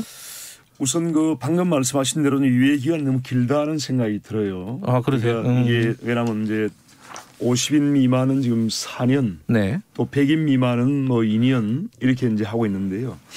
그거는 이제 너무 이게 상당히 유예 기간이 길기 때문에 이 법이 이제 지금 당장에 지금 매년 2,000명이 넘는 또 하루에도 한 6, 7명 되시는 분들이 집으로 돌아가지 못하는 그런 상황인데 네. 그래서 이제 이 부분을 좀 유예 기간을 최대한 단축을 하는 게 저는 좋다고 생각합니다. 이게 국민의힘이 4년 1년을 하면은 결국은 이제 문재인 정부에서는 이 법에 재정에 그렇죠. 그런 부담을 지지 않겠다는 거거든요. 그런 저는 상당히 좀 문제가 있다고 보고요. 그래서 오히려 지금 1월 8일까지 임시국회까지 이 법을 빨리 뭐 급하게 제정을 해서 네. 이렇게 하겠다는 것보다는 유예 기간을 저는 한 2년, 1년 정도로 단축을 하면서 오히려 이 법의 어떤 적용 대상이라든지 적용 범위, 적용 요건 이런 부분이 있지 않습니까? 상당히 애매한 부분이 많거든요. 또한 유예 기간 동안에 유예되는 기간 동안에 그 산업재해 발생에 대해서 어떻게 할 것인지에 대해서 좀 더 우리가 정부와 또 여야가 더 머리를 좀 맞대고 좀 더 심도 있는 그런 검토를 해서 해야지 그냥 법만 통과시켜 놓고 사실상 문재인 정부는 이 법의 어떤 적용 그 부담에서 전혀 이게 책임을 지지 않는 거예요. 유예기간을 이렇게 길게 해버리면은. 그래서 저는 그러한 실효성을 높이기 위해서라도 유예기간을 최대한 단축하는 것이 좋다 알겠습니다. 생각합니다. 그 유예기간은 지금 박주민 의원안은 4년간 50인 미만 4년간 유예기간을 두자. 그리고 정부안은 여기에다가 100인 미만도 2년간 두자 이거잖아요. 지금 너무 길다. 지금 윤영석 그렇죠. 의원님 말씀하셨는데 네. 홍 의원님도 어떻게 생각하십니까? 네, 지금 저도 뭐 기본적으로 윤영석 의원 입장과 생각을 같이 하는데요. 그래요? 예, 왜냐하면 말씀하신 대로 50인 미만에서 사고가요. 전체 중대재해 발생 현황을 보면 85%에 달합니다. 예. 그리고 100인 미만으로 확대하면 거의 88.6%, 89%에 달하는 거거든요. 네. 그래서 이러한 사업장들을 4년 유예, 2년 유예 한다는 것은 사실상 4년 동안 그 근로자들의 그 생명이 그 소중한 생명을 잃는 사고를 방치하는 국회가 법으로 방치하는 거라고 생각을 하기 때문에 네.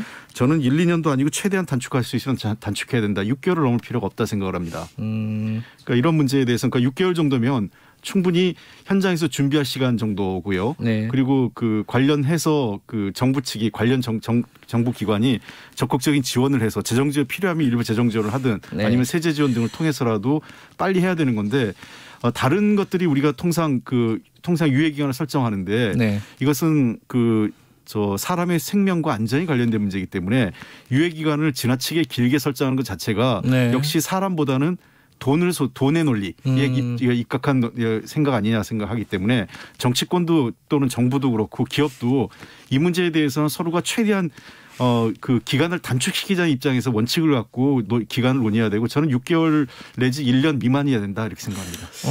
기간은 약간 다르지만 두 분 입장은 어쨌든 지금 축소해야 된다 유예 기간을. 이 부분은 동의하시는 거네요. 축소해야 되고요. 예. 그다음에 이제 사실 더 본질적인 문제는 지금 국내 산업 현장에서 이런 그 산업재해가 많이 발생을 하는 그런 이유가 있습니다. 네. 그 이유가 뭐냐면은 기업들이 그 아주 이제 영세한 그런 하청기업이 있지 않습니까? 예. 하청기업의 이런 위험한 작업들을 다 대부분 다 이 하청을 줘요. 예. 그러다 보니까 이 하청업체들은 다 이제 그만큼 수익성도 작고 또 영세하거든요. 예. 그렇다 보니까 이런 안전관리가 제대로 안 되는 거예요. 그래서 이러한 불공정한 관행을 해소를 해야 됩니다. 해결을 해야 됩니다. 이러한 위험한 작업들을 외주화하고 하청업체에 떠넘기는 이러한 관행을 개선하지 않고서는 이러한 산업재해가 빈발하는 이런 상황을 개선하기 어려워요. 그리고 이번에 이제 정부가 또 잘못한 것이 지금 전체 고용의 상당한 부분이 정부나 공기업들이 하고 있습니다. 예. 그런데 이번 법안을 제정을 하면서 지금 여당 쪽에서 그랬는지 아니면 정부 쪽에서 그랬는지 모르지만은 그 정부와 공기업을 아예 빼버렸어요. 정부와 공기업을. 예. 그래서 종전에 보면 이 법의 어떤 명칭이 중대재해에 관한 기업 및 정부 책임자 처벌법이었습니다. 그런데 이것을 이제 지금 여당에서 이제 이걸 바꾼 게 정부 책임자를 아예 빼버리고 중대재해에 대한 기업 및 경영 책임자 처벌법으로 이렇게 바꿔버렸단 말입니다. 그래서 이거는 제가 보기에는 그 지금 현재 그 정부나 어떤 공기업, 공공기관들이 상당한 그 고용을 하고 있는 그런 상황에서 이러한 또 정부나 어떤 공기업 부분에서도 상당히 많은 그 산업재해가 발생하는데 정부기관의 장관이나 공기업의 장을 아예 그 책임에서 제외해 버리는 것은 저는 옳지 않다고 보고요. 또 한 가지 말씀드릴 거는 잠깐만 그 문제는 또 한 가지 제가 마무리하겠습니다. 또 한 가지 말씀드린 건 이제 이번에 그 법을 개정하면서 이제 그 공중 이용 시설이라고 해가지고요. 이런 소규모 그 자영업자들 카페, 제과점, 뭐 음식점, 목욕탕, 노래방, PC방, 학원, 뭐 고시원, 산후조리원, 어린이집, 뭐 실내 골프장, 실내 주차장 이란 그 바로 자영업들 있지 않습니까? 그런 자영업에서 이런 그 사망 사고나 어떤 재해가 발생할 경우에 그런 자영업자들을 처벌하는 이런 조항이 들어갔단 말입니다. 그래서 이러한 부분에서 그 지금 600만 자영업자와 소상공인들까지 이런 그 법의 적용 범위를 넣는다는 것은 상당히 좀 너무 광범위하지 않느냐. 알겠습니다. 그래서 이러한 부분에 대해서 제가 앞서 말씀드린 대로 1월 8일까지 이걸 자꾸 이제 여당에서도 서두르지 마시고 알겠습니다. 조금 그거를 면밀하게 검토를 해가지고요. 그러한 적용 대상, 적용 요건 유예기간을 솔직히 해놓으려고 생각합니다. 홍익표 의원님. 이게 좀 그 사실관계 좀 바로잡아야 돼서요. 자꾸 이제 여당에서 뭘 바꿨다고 얘기하는데 사실이 아니고 중대재해에 대한 기업 및 정부 책임자 처벌법을 낸 게 여당 아니에요. 박주민 의원이 낸 게. 다른 정의당 의원이나 국민의힘에서는 정부 처벌에 대한 얘기가 없어요. 그냥 기업 처벌만 얘기를 하고 있는 거지. 그러니까 법안 자체 기업 및 그러니까 다들 뭐냐면 중대재해 기업에 대한 책임자 처벌에 관한 법으로 돼 있습니다. 그러니까 정부 처벌을 넣자고 한 게 여당 아니고 현재 정부가 가져온 입장이 정부를 넣는 건 좀 그렇지 않느냐라고 해서 빼달라 이런 걸 가져온 거거든요. 아직 정부 입장이 정리된 게 아니고 그러한 것들이 법사위에서 논의가 되고 있다 이렇게 생각하고 저는 기본적으로 공기업은 당연히 포함돼야 되는 거고 정부 당국자가 그 들어가는 문제에 대해서는 어떻게 되니까 좀 논의가 필요한 것 같아요. 이 방첩 법안 취지와 관련돼서. 그다음에 두 번째 지금 그 필요한 부분은 윤영석 의원님 잘 지적을 하셨던 내용 중에 하나인데 이 문제에 대해서 과연 그 표준약 앞으로 이렇게 되면요. 지금 현재도 지금 위험의 외주화 그다음에 하청을 많이 하거든요. 그러다 보니까 원청에 대한 책임 이 통계에 약간 착시 현상이 있는데 제가 보기엔 대기업이 그 사업 사망 사고가 적은 이유 중에 하나는 대개 이런 것들 하청 준 거거든요. 소기업이에요. 그러니까 이런 문제에 대해서 구조적인 해결을 해야 됩니다. 그러니까 자칫 잘못하면 지금 많이 우려가 되는 게 이 법이 통과되고 나서 대기업들이 표준약관의 형태로 해서 이것을 다 모든 책임을 하청기업이나 중소기업에게 떠넘길 가능성이 있기 때문에 이 문제에 대해서는 뭔가 행정 규제나 법적 조치가 필요하다 생각을 하고요. 큰 틀에서 저는 이 산업안전에 대한 입장이 세 가지 접근이 있다고 봐요. 법적으로 보면은 하나는 행위적 접근이 있고 두 번째는 구조적 접근이 있고 세 번째는 권리적 접근이 있는데 지금까지 우리 사회에서 가장 낮은 인식이 행위적 접근이죠. 자기가 잘했으면 되지 않느냐. 최근에 한 국무위원의 발언 때문에 논란이 된 거죠. 본인이 주의했으면 그런 일이 없었지 않느냐라는 게 사실 보편적으로 깔려 있는 우리 사회에서 굉장히 낮은 노동권 그다음에 안전에 대한 인식이고요. 두 번째가 이제 구조적 접근이 지금 현재 이 산업안전 중대재해기업 처벌법인데 법과 시스템을 통해서 뭔가 규제하겠다라는 게 이제 조금 나가고 있는 우리 이 입장이에요. 그래서 그다음에 마지막 접근이 권리 중심의 접근인데 이것은 일터의 안전과 보건을 잠재적 피해자인 노동자의 권리로 인정하고 직접적인 이해관계 당사자인 노동자가 이 안전 강화 문제에 참여하게 하는 겁니다. 그래서 저는 이 상태 세 번째 단계로 나가야 된다고 그래요. 과도기적으로 저는 중대재해기업 처벌법 구조적 접근이 지금 나가기 위한 전 단계다 이렇게 생각을 합니다. 이제 지금 아까 1월 8일 날 통과시키는 건 시간이 너무 촉박하다. 좀 더 논의가 필요하다. 이건 어떻게 생각하세요? 짧게. 저는 그렇게 생각하지 않습니다. 이 법을 자꾸 늦출 필요는 없고요. 그렇게 되면 국회라는 데가 한두 끝도 없이 늦어지기 때문에 1월 8일 날 일단 그 급한 대로 저는 뭔가 기본 골경은 통과시키고 필요한 부분은 추가적 입법을 하더라도 알겠습니다. 해야 된다 이렇게 생각합니다. 그 부분만 시기적인 입장만 좀 다른 거네요. 그죠?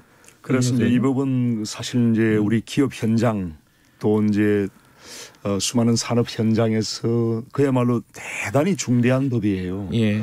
또 이제 세계적으로도 우리 지금 이번 법처럼 상당히 강력한 처벌을 하는 경우가 상당히 드물 정도로 굉장히 강력한 그런 법인데. 알겠습니다. 예. 이런 부분에서 이제 지금 코로나19로 상당히 많은 기업들 또 중소기업들 영세기업들이 상당히 많은 그 어려움을 겪고 있는 상황에서 이거를 정치적인 이유로 이렇게 급하게 서두를 이유가 없다는 것이 그래서 저는 한 달, 두 달 정도 충분한 그 지금 유예기간을 4년씩 두자면서 이거를 앞으로 일주일 만에 통과시키자. 이건 저는 조금 너무 정치적인 그런 입장에서 그 부분에 대한 입장은 좀 다르신데 조금 더 면밀하게 검토해서 사후에 발생할 수 있는 그런 부작용을 최소화하면서 유예기간은 대신 대폭 축소하는 쪽으로 하는 것이 알겠습니다. 맞다. 제가 한 가지만 좀 여쭤보면은 근데 지금 정의당이라든가 유족들도 저희들이 그 김민석 이사장도 인터뷰를 했거든요. 했더니 여야의 공이 좀 불만을 갖고 계세요. 여당한테 불만은 아니 이게 다른 것들은 그렇게 신경 쓰면서 속전속결로 처리하고 그러는데 왜 이 법은 그렇게 손을 놓고 있었냐. 지금 와서 막 서두르는 게 참 이게 이해가 안 된다는 거예요. 일단 기본적으로. 그리고 야당은 솔직히 뭘 했느냐. 처음에 중대기업법 처벌 찬성한다는 얘기만 했지 뒷짐만 지고 있었던 거 아니냐. 여당이 하든지 말든지. 이 뭐 양쪽 다 지금 불만을 갖고 계시단 말이에요. 그거는 한 말씀씩만 들을게요. 홍표 의원님 먼저. 대단히 송구하고요. 제가 여러 차례 제가 이 방송에 나와서도 해야 된다고 얘기를 했는데 우리 정책위를 포함해서 관련 상임위에서 이 법안의 내용이 지연됐고 사실상 그리고 정부도 뒤늦게 와서 이제 와서 정부 입장을 가져온 거에 대해서도 정부 여당으로서 사실 송구하게 생각합니다. 저는 아까도 얘기했지만은 이 법은 뭐 1월 8일뿐만 아니라 하루라도 한시라도 빨리 법안이 통과돼야 되고 반드시 처리해야 된다고 생각합니다. 알겠습니다. 윤영석 의원님 어떻게 보세요? 우리 국민의힘에서도 그동안에 이제 산업재해를 줄이기 위한 하는 법안들을 제출했고요. 또한 이러한 그 중대재해에 대해서는 강력한 처벌이 필요하다는 것을 계속 주장을 해왔죠. 그 유사한 법안을 계속 이제 저희가 발의를 한 겁니다. 한 것이고 그래서 이러한 그 저희가 이제 저희 입장은 그동안에 이러한 재해에 대해서 처벌만 하는 일변도의 정책은 안 된다는 것이었습니다. 그래서 이제 이러한 그 산업 안전에 대한 그런 기업인들이 투자를 할 수 있도록 인센티브를 주자. 그래서 이러한 처벌과 인센티브가 같이 가야지 이러한 처벌 일변으로 가서는 안 된다는 것을 저희들이 주장한 것이고요. 알겠습니다. 일단 그 중대재해 기업 처벌법에 대해서는 기본적으로 저희 동의하는 것이고 이제 그런 일부 사항은 좀 서로 잘 조정을 해서 알겠습니다. 합의를 통과시켰으면 좋겠습니다. 검찰 얘기로 좀 넘어갈게요. 공수처장 후보자가 이제 대통령이 선택을 한 상황이고 지금 여당에서는 이제 공수처장은 이제 진행이 될 거고 검찰개혁 시즌 2 얘기를 계속 하고 있습니다. 이게 뭐 탄핵 얘기도 나오고 있고요. 뭐 여러 가지가 좀 얽혀 있는 상황인데. 이거는 이거 하나하나 뭐 얘기를 하다 보면 끝이 없을 것 같아서 이 홍표 의원님이 먼저 지금 여당이 생각하고 있는 검찰개혁의 방향 이게 좀 헷갈려요. 이게 정확하게 정리가 안 돼 있는 것 같기도 하고 어떻게 생각하십니까 이 부분? 근데 기본적인 것은 일단 그 공수처 출범이 그 검찰개혁의 이제 첫 시작, 그 첫발이라고 생각을 하면 될 것 같고요. 두 번째는 이제 그 지난번 그 20대 국회에서 일종의 절충했다 그럴까 마무리되지 못한 검경수사권 조정 문제를 포함한 검찰개혁이 본격화 이제 본궤대에 오를 때가 됐다 생각을 합니다. 가장 중요한 것은 기본적으로 그 전 세계적으로 검찰이 수사 기소권을 동시에 다 갖고 있는 나라는 거의 없어요. 그래서 검찰은 그 기소만을 하고 수사권은 완전히 분리해서 경찰에 넘기는 것이 첫 번째 검토가 되고 있는 거고요. 두 번째는 그 전에 이미 조국 장관 취임 전부터 박상기 장관 시절부터 윤석열 검찰총장도 직접 얘기한 바가 있고 당시 법무부도 발표한 바가 있는 검찰 개혁과 관련된 그 내용들이 있어요. 그러한 내용들은 필요하면 그 법무부나 검찰 내부의 그 행정명령으로 또는 필요하면 입법화해서 한다라는 거고요. 그리고 그 마지막으로 또 하나 더 우리가 고민해야 될 부분은 전체적으로 검찰에 대한 민주적 통제를 어떻게 강화할 거냐 하는 문제죠. 지금 현재로서는 전체적으로 민주적 통제라고 해서 자꾸 권력이 통제한다는 얘기를 하는데 그런 게 아니라 이런 권력기관들, 군대나 그 국가정보기관, 그다음에 검찰, 경찰 등에 대해서는 그 민주적 통제와 함께 인권 수사. 그러니까 또 인권에 기초한 그 기소 내지 수사가 될 수 있도록 관련된 내용들에 대해서 우리가 좀 검토해야 되고 더 나가서 하나 더 검토한다면 소위 전관예우나 검사동일체 문제 이런 문제들에 대해서 근본적으로 뿌리를 뽑을 수 있는 문제까지 저희가 검토를 해야 된다. 즉 그 전관예우에 대해서 여러 가지 그 퇴임 이후까지 이런 특권들을 유지하고 있는 것에 대해서도 이번에 알겠습니다. 손을 대야 된다고 생각합니다. 공수처는 첫 발에 불과하고 검찰개혁에 가지고 있는 지금 과정들은 굉장히 길어질 수도 있겠네요. 그렇죠? 그렇습니다. 예. 윤영석 의원님은 지금 여당의 이런 움직임, 뭐 시즌 2라고도 하기도 하고 뭐 이런 부분에 대해서는 어떻게 생각하십니까? 특히 뭐 수사권, 기소권 완전한 분리 이런 부분에 대해서. 우선 어제 이제 문재인 대통령이 김진욱 선임연구관을 이제 지명을 하면서. 예. 결국은 이제 임명을 하는 건데요. 어제 보니까 이제 또 살아있는 권력에 대한 성역 없는 수사를 강조를 했어요. 그래 이건 이제 윤석열 검찰총장을 임명할 때도 똑같은 얘기를 했거든요. 네. 그래 결국은 이제 살아있는 권력에 대해서 칼을 대니까 결국은 윤석열 총장을 몰아내기를 했단 말입니다. 네. 김진욱 선임연구관의 지명자에 대해서도 이제 공수처장 지명자에 대해서 똑같은 얘기를 했는데 과연 그런 것이 지켜질 수 있을 것인가 이제 앞으로 지켜봐야 되고. 그런데 지금 이제 여당에서 이제 주장하고 또 문재인 대통령이 주장하는 것이 결국은 이제 검찰의 그 기소권과 수사권을 분리해서 아예 이제 수사권을 주지 않겠다는 거 아닙니까? 그런데 상당히 모순되는 것이 그렇다면은 왜 공수처를 만들었나 이거죠. 공수처야말로 수사권도 가지고 있고 기소권도 가지고 있고 완전히 이거는 옥상호고 아닙니까? 정말 그 이율배반적인 그런 지금 그 조치를 자꾸 말은 그렇게 하면서도 행동은 전혀 다른 이런 모순된 행위를 계속하고 있는 저는 문제라고 생각하고요. 물론 장기적으로 이제 이런 그 기소권과 수사권을 분리해야 되고 공수처도 이건 앞으로 폐지를 해야 됩니다. 이게.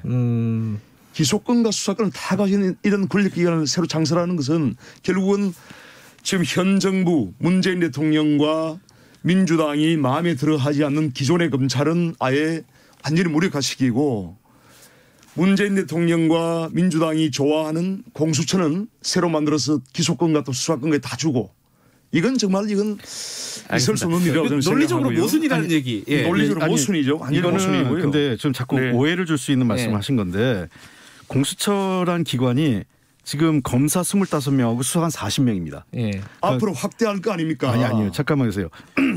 아무리 확대한다 하더라도 뭐 몇십 명을 더 늘리겠다 그 수준이고요. 그리고 이 공수처가 마치 지금 얘기하시면 검찰에 했던 수사 내용을 다 하는 것처럼 하는데 고위공직자 비리수사처이기 때문에 수사 대상이 되는 게 7,000명이 안 돼요. 그러니까 여기서 수사 기소권을 갖는 범죄 대상이라는 것은 고위공직자 관련 범죄, 특히 문제가 되는 것은 검찰을 비롯한 법조계와 관련된 그 문제가 더 아마 심각할 텐데 아마 지금도 우리가 검사 이번에 불기소 세트란 말까지 나왔잖아요. 그러니까 그 룸사롱 접대를 받았는데 100만 원 이하로 해서 기소하지 않는 검찰의 행태가 나왔거든요. 그러니까 지금 뭐냐면 검찰이 그 수사권을 분리한다 하더라도 기소권을 가지고 있기 때문에 기소 독점주의를 깨는 겁니다. 그러니까 기본적으로 저는 그러니까 자기들 비리는 기소하지 않으면 그만이거든요. 그다음에 불기소 처리하거나. 그래서 저는 공수처요. 공수처가 없어지는 날은 검찰의 기소 독점이 깨지는 날입니다. 그러니까 그리고 검찰의 비리에 대해서 어느 정도 그 정리가 되고 나면 정말 공수처 없으면 좋겠죠. 그러나 저는 우리 사회가 좀 더 고위공직자 특히 검찰과 이 사법과 관련된 비리에 어느 정도 투명해질 때까지는 공수처가 있고 공수처가 일반인들을 범죄로 대상하는 것도 아닙니다. 알겠습니다. 그래서 하나만 더 얘기하면 궁극적으로 얘기하면 법조 3륜이란 말 혹시 아세요? 예. 소위 그 변호사, 검찰, 그다음에 그 재판, 사법부, 판사까지 그러니까 검사, 판사, 변호사의 법조 3륜이라고 해서 이게 법무연수원에서부터 이 문제가 나와서 이 사람들의 사실상 짬짬이 구조를 깨지 않으면 사법개혁, 검찰개혁 그리고 나가서 전관예우의 이 근간까지 허무는 개혁을 할 수 없다고 저는 봅니다. 이 선생님 짧게 하고 마무리할게요. 좀 제가 말씀드릴 거는 이제 결국은 지금 이제 지금 현 정부와 민주당에서 이제 검찰을 거의 이제 무력화하는 거죠. 이제 수사권을 아예 이제 뺏겠다는 것인데 그렇게 했을 경우에 이제 결국은 그 범죄에 대한 그 수사권 이 부분은 이제 경찰로 이제 다 넘어가게 되는 것인데요.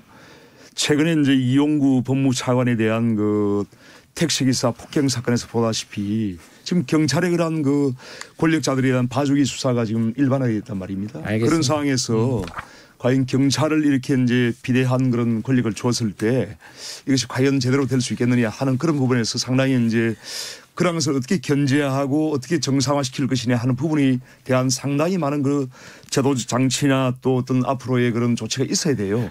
그러니까 야당에서 그런 없이 야당에서 그런 제도적 장치 가져와 주세요. 그런 부분이 없이 이렇게 한다면은 네. 경찰이 또 이제 제2의 검찰과 같은 그런 권력 기관이 되는 것을 방지할 수 없다고 저는 생각합니다. 알겠습니다. 이거 앞으로 국회에서 잘 논의해 주시고요. 저희들 최고의 정치 이번 주로 마무리를 할 겁니다. 다 내년에는 이제 다른 코너로 좀 찾아뵙도록 하고요. 그동안 8개월 동안 굉장히 고생 많이 하셨고요. 두 분 뭐 상대방에 대한 덕담도 좋고 청취자분들에게 인사도 좋고 한 30초씩만 듣고 얘기하죠. 윤영석 의원님 먼저 해주시죠. 예, 참 아주 의미 있는 시간이었습니다. 네. 그리고 이제 우리 홍 의원님께서 아주 이제 인품도 참 좋으시고 굉장히 식견이 높은 분이어서 사실 서로 이제 토론을 하면서도 굉장히 좀 생산적인 토론이 됐다고 생각하고요. 네. 그동안에 상당히 이제 접점도 많았습니다, 그죠? 예, 그렇기 맞아요. 때문에 앞으로 여야 관계도 이렇게 서로 이제 타협하고 토론하고 하는 그런 어떤 정치가 됐으면 좋겠고, 새해 이제 정말 그 신축년 소띠의 해입니다. 네. 흰소의 해인데 정말 모든 우리 국민들께 상스러운 기운이 가득하시고 또 축복이 많은 알겠습니다. 새해가 되시길 바랍니다. 홍익표 의원님. 예, 먼저 우리 그 시청자 여러분 때로는 저희들 때문에 불편하신 적도 있고 뭐 그러신 적이 있었는데 뭐 잘 저희들은 최대한 노력했고 잘 더 겸손한 자세로 노력하겠습니다. 코로나 때문에 많이 힘드신데 새해도 더 건강하시고 행복한 한 해가 되기를 바라고요. 그다음 우리 윤영석 의원님하고 저하고 같이 했는데 굉장히 훌륭하신 분이고 앞으로도 더 아마 야당에서 더 중요한 일을 하실 것으로 생각을 합니다. 아마 저희가 보시면서 토론은 치열하게 그러나 뭔가 일은 생산적으로 협의해 감사하는 그런 구조가 되긴 바라고요. 그리고 오늘 한 8개월 했더라고요. 저희가 우리 최강시사팀 모두에게도 감사드립니다. 고맙습니다. 자, 윤영석 의원님, 홍익표 의원님 내년에도 국회에서 열심히 일해 주시기 바라겠습니다. 정말 고생 많이 하셨습니다. 고맙습니다. 예, 감사합니다. 수고 많으셨습니다. 예, 김희식이라 김경래 최강시사 2분 여기까지 하고요. 잠시 후에 3부에서 뵙겠습니다. 일부 지역국에서는 해당 지역 방송 보내드립니다.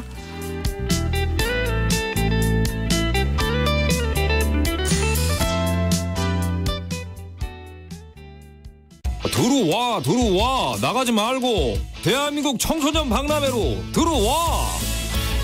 대한민국을 이끌어갈 오늘의 주역 청소년들이 꿈과 끼를 마음껏 펼칠 수 있도록 2020 제16회 대한민국 청소년 박람회가 온라인으로 개최됩니다. 글로벌 특강부터 강연 프로그램, 체험활동, 동아리 경진대회, 청소년 영화제까지 12월 한 달 대한민국 청소년 박람회 홈페이지에서 만나보세요. 새로운 100년 이제는 청소년이다. 대한민국 청소년 박람회는 여성가족부와 부산광역시가 함께합니다. 지금 위로가 필요하세요? 저는 당신의 지친 삶에 대자연의 위로를 선물하는 농어촌입니다. 자연의 청정함이 그리우세요?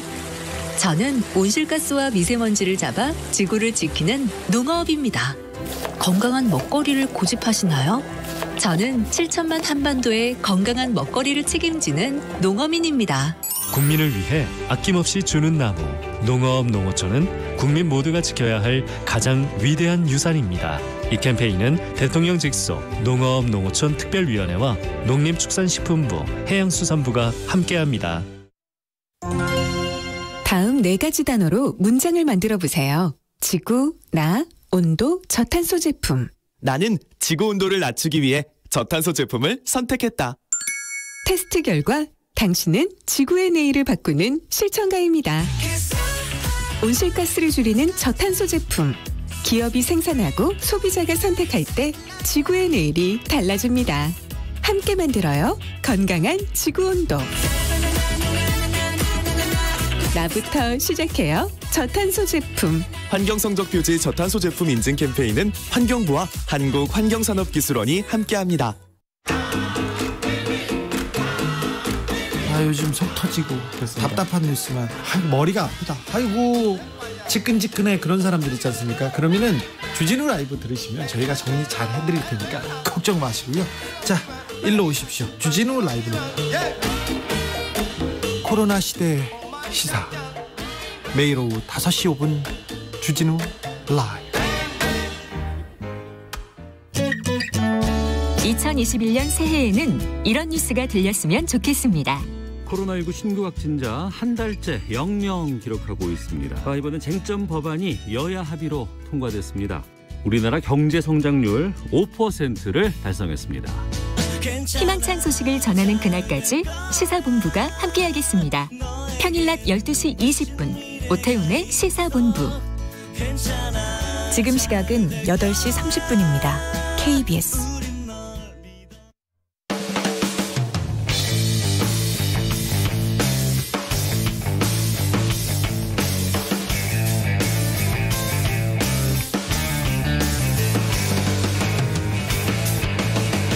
김경래의 최강 시사.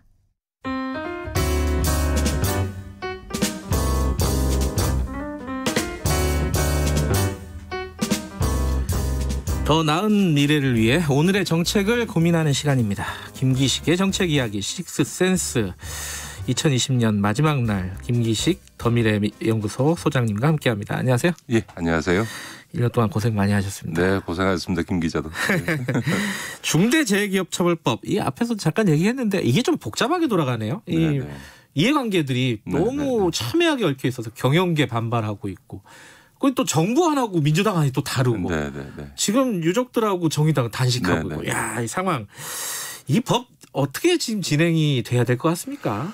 일단 법 제정은 필요하고 또 불가피해진 것 같습니다. 그러니까 예를 들어서 재계나 이런 데에서는 아니 사고를 어떻게 다 100% 막냐, 또 현장에서 규정을 안 지켜서 일어나거나 혹은 본인이 실수해서도 사고가 나는 건데 그걸 다 기업 경영자한테 책임지라는 거냐라고 항변을 합니다만, 사실은 우리나라가 부끄럽게 이렇게 산업안전사고 특히 사망사고가 많은 거는 안전과 관련된 비용을 지불하지 않고 어떻게든지 비용을 줄이려고 하는 것 때문에 생기는 문제거든요. 그러니까 이제는 우리가 이제 뭐 정보 보안 문제와 마찬가지로 산업안전 문제와 관련해서는 비용을 지불해서라도 사람이 죽거나 다치는 일을 막아야 된다라고 하는 게 이제 확립돼야 되는 거죠. 기업이 그런 비용을 지불해라라고 하는 게 사실은 이 중대재해기업처벌법의 어떤 취지이니까요. 그런 점에서는 우리가 이제 이 산재공화국이라고 하는 오명을 벗기 위해서는 이제 법적인 장비가 필요한데, 다만 뭐 저도 개인적으로는 우리나라처럼 이렇게 특별법이 난무하는 나라가 있으니까 이게 특별법이 입법적으로는 편의적이고 또 정치적으로는 뭔가 특별한 의지를 보여주는 것 같아서 대한민국처럼 특별법이 난무하는 나라가 없습니다. 저는 개인적으로는 보통 일반법을 보완하는 방식으로 입법하는 게 좋다고 생각합니다만, 지금 현재는 정치적으로 특별법 형태의 입법이 불가피해진 것 같습니다. 그런데 지금 아까 잠깐 말씀드렸지만 정부에서 입장을 가지고 왔는데 이게 굉장히 좀 후퇴됐어요. 그 민주당 안보다. 그래가지고 이거는 뭐 그 재처벌법이 아니라 기업보호법이다 오히려 뭐 이런 식의 반발이 나오고 있단 말이에요. 이게 어떻게 평가하십니까? 이 부분에 대해서는 정부 안이라든가 이런 부분. 예, 재기업 보호법이다라고 하는 건 뭐 정치적인 레토릭인 것 같고요. 그렇게까지 비난하는 건 저는 적절치는 않은데 정부 수정안은 적절하지 않은 것 같습니다. 제가 봐도 그거는. 일단 뭐 유예 기간을 원래도 한 4년 정도 설정돼 있었는데 지금 이제 50인 이상 100인 이하까지는 뭐 2년 유예한다 이렇게 나와 있는데, 통상 이제 우리 52시간 할 때도 사업체 규모별로 시행 시기를 단계적으로 유예 기간을 둬서 실시하는 건 맞는데 4년 이내는 좀 과도한 것 같습니다. 제가 보기에는 이 법 제정에 따라서 기업들이 새롭게 이 안전 문제와 관련해서 규정을 만들고 시설을 설비하고 인력을 채용하는데 시간은 필요하니까 일정한 유예 기간이 필요한 건 맞지만 적어도 뭐 1년, 2년 정도의 그 유예 기간은 있을 수 있어도 2년, 4년은 좀 과다한 것 같고요. 무엇보다 이제 뭐 책임자의 범위를 좁히지 않았습니까? 경영 책임자 중에서도 일부만 하게 한다든지 뭐 기관장에 대해서는 제외해준다든지 하는 건데 이것도 이 법의 이 보완 필요성에 대한 초점과는 전혀 엉뚱한 것 같아요. 왜냐하면 아까도 말씀드렸던 것처럼 산재 문제의 핵심은 비용을 들이지 않고 이익을 얻기 위해서 사람 목숨을 가볍게 취급하는 거거든요. 그러면 결국은 비용과 인력을 투입하라고 하는 건데 그 비용과 인력을 투입하는 결정은 누가 하냐? 회사에서는 사장이 하는 거지 않습니까? 그런 점에서 보면 책임자의 범위를 좁히는 것은 이 법 취지에 반하는 게 맞고요. 다만 이 법이 보완해야 되는 거는 뭐냐면 책임자의 범위를 좁히는 게 아니고 오히려 형사처벌이라고 하는 아주 엄격한 국가의 형벌권을 사용하는 데 있어서 그 형사처벌의 대상에 대한 엄밀성을 오히려 이 법에다가 규정하는 이런 태도가 중요한 거죠. 뭐 말씀하신 건 뭐 인과관계라든지 이런 부분 말씀하시는 그러니까 형사처벌의 요건을 분명히 해주는 게 중요하다는 거죠. 그래요. 근데 어쨌든 지금 재계는 강력하게 반발하고 있고 그 법안 자체가 지금 그 뭐랄까 이게 논쟁 한가운데에서 이렇게 펜딩돼 있는 상황이다 이런 느낌이에요. 이걸 어떤 식으로 해결하는 것이 합리적일까 방향을. 이제 정부 수정하는 문제지만 또 한편에서 정의당이나 일각에서 뭐 이 법은 1.1핵도 못 고친다. 조문 하나 고칠 때마다 한 사람 죽는다. 이런 것도 저는 온당한 태도는 아니라고 생각합니다. 생명을 경시해서 이 산재 사고가 계속 발생하는 걸 방치해서도 안 되지만 생명의 문제가 걸린 문제에 있어서 지나치게 어쨌든 정치적 성과를 내세워서 어쨌든 이 지금 법 조문에 제출한 법안 자체의 문제점을 회피해서는 안 되거든요. 저도 그 정의당이 제출한 법안을 봤습니다만 조금 황당했습니다. 왜냐하면 제가 예전에 그 김영란법 입법할 때도 이런 일이 있었는데 김영란법에 처음 가져온 원안이 뭐냐면 부정청탁을 하는 경우에 이제 처벌하는 것을 했는데 부정청탁의 개념이 뭐냐 이래서 보니까 딱 하나 있는 거예요. 그러니까 법으로 안 되는 일을 해달라는 거예요. 그래서 제가 아니 우리 정무위 같은 데는 그 저축은행 후순위 채권 피해자들이 와서 그거 보상해달라고 하는데 법으로 안 되게 돼 있다. 그럼 이 사람들이 부정청탁한 거냐 했더니 권익위원장이 부정청탁이라는 거예요. 법에 따르면. 그래서 아니 국민들은 법으로 되든 안 되든 그걸 다 어떻게 공부하냐. 무슨 소리들 할 수 있어야지 그게 무슨 말이 되냐라고 해서 결국 부정청탁이라는 게 뭐냐라는 것을 쭉 한 14가지를 규정하고 그러니까 구체적으로 부정청탁이란 이런 거다라는 걸 규정하고 예외 사유도 7가지를 다 구체적으로 적시를 하는 형태로 수정을 했습니다. 그래서 이제 김영란법이 그 헌재 갔을 때 합헌 결정이 나왔는데 그 합헌 결정의 근거가 뭐였냐면 부정청탁의 유형을 구체적으로 명시했고 예외 규정도 구체적으로 명시했기 때문에 형사 사법 처리에 있어서의 어떤 죄형 법정주의, 명확성의 원칙, 자기 책임의 원칙이 명확해졌다는 거거든요. 지금 지금 정의당이 낸 법안의 가장 큰 맹점은 뭐냐면 안전 위험 방지 의무를 규정하고 그 안전 위험 방지 의무를 하지 않은 경우에는 처벌한다 이렇게 됐는데 그 안전 방지 위험 방지 의무에 대해서 아무런 내용이 없어요. 뭐가 안전 방지 의무냐 이런 내용은 형사처벌에서는 시행령으로 위임할 수가 없습니다. 시행령에다가 구체적인 걸 넣어가지고 그걸 갖고 형사처벌하는 거는 죄형법정주의에 위반되거든요. 그러면 법은 어떻게 만들어야 되냐면 사업주가 해야 되는 위험 방지 의무가 뭔지를 그 법에다 다 나열해 줘야 됩니다. 이거 해야 되고 안전시설 갖춰야 되고 하여간에 등등을 쭉 열거해 주고 그다음에 이제 처벌하는 데 있어서도 고의 중과실이냐 아니면 과실 현장에서 과실로 발생한 문제까지는 우리 형사처벌에서는 고의 중과실과 과실을 나눠주거든요. 그러면 이제 그거에 따라서 구분해 주는 규정도 좀 필요한 거고요. 현장의 책임자가 책임져야 될 문제와 최고 경영자가 책임져야 될 것도 구분을 해줘야 되거든요. 그래야 이게 예를 들어서 그냥 제재를 하거나 민사상 손해배상의 문제가 아니라 형사처벌을 하는 데는 그런 요건들이 필요한 거죠. 그러니까 지금 앞서 말씀드렸던 정부안이 잘못된 거는 이런 형사처벌에 있어서의 죄형법정주의나 명확성 원칙을 보완하는 이 추상적인 규정들을 구체화하는 이런 보완안을 냈어야 되는데 그거는 안 하고 대상 범위 축소하고 예를 들어 유예기간 더 새로 설정하고 하는 이런 걸 내놨으니까 일종의 엉뚱한 수정안을 낸 거죠. 그러나 또 한편에서 정의당도 이건 1.1핵도 수정 못한다. 아마 그대로 하면은 제가 봐도 100% 위헌 나거든요. 그런 점에서는 법 조문 취지를 그대로 살리되 형사처벌을 할 수 있는 요건을 명확히 하는 이런 어떤 법 조문의 정비는 필요한 거죠. 목적이 중요하더라도 법적인 엄밀성은 좀 지켜나가야 된다라는 말씀. 그렇죠. 그러니까 예를 들어 공무원 처벌을 제한하는 거에 대해서 비난합니다. 예를 들면 인허가 내줬다는 걸로 나중에 사고 났는데 나중에 결과 책임을 지라고 하면 어느 공무원이 인허가를 내주겠어요. 그러면 이제 뇌물줘야만 인허가 나 이거 처벌법 때문에 나 못해줘라고 할 거 아닙니까? 그런 경우 보통 어떻게 하는 거냐면 제대로 안전 설비를 안 한 거를 했는데 그걸 묵인해 줬을 때 알고도 묵인해 줬을 때 공무원에 대해서는 일종의 가중처벌의 의미로 이 중대재해처벌법에 적용을 받도록 뭐 기존에도 뇌물죄라든가 직무유기죄가 있다 하더라도 직무유기라고 하는 거는 그 입증하기가 굉장히 어렵거든요. 그러니까 그런 점에서는 공무원 처벌할 수 있는데 그 처벌의 요건도 명확히 해야 된다는 거죠. 근데 이제 생각을 해보면은 이게 법 하나 만드는 게 굉장히 어려운 일이잖아요. 네네, 지금 말씀하신 것처럼 실제로 해보면은. 그렇습니다.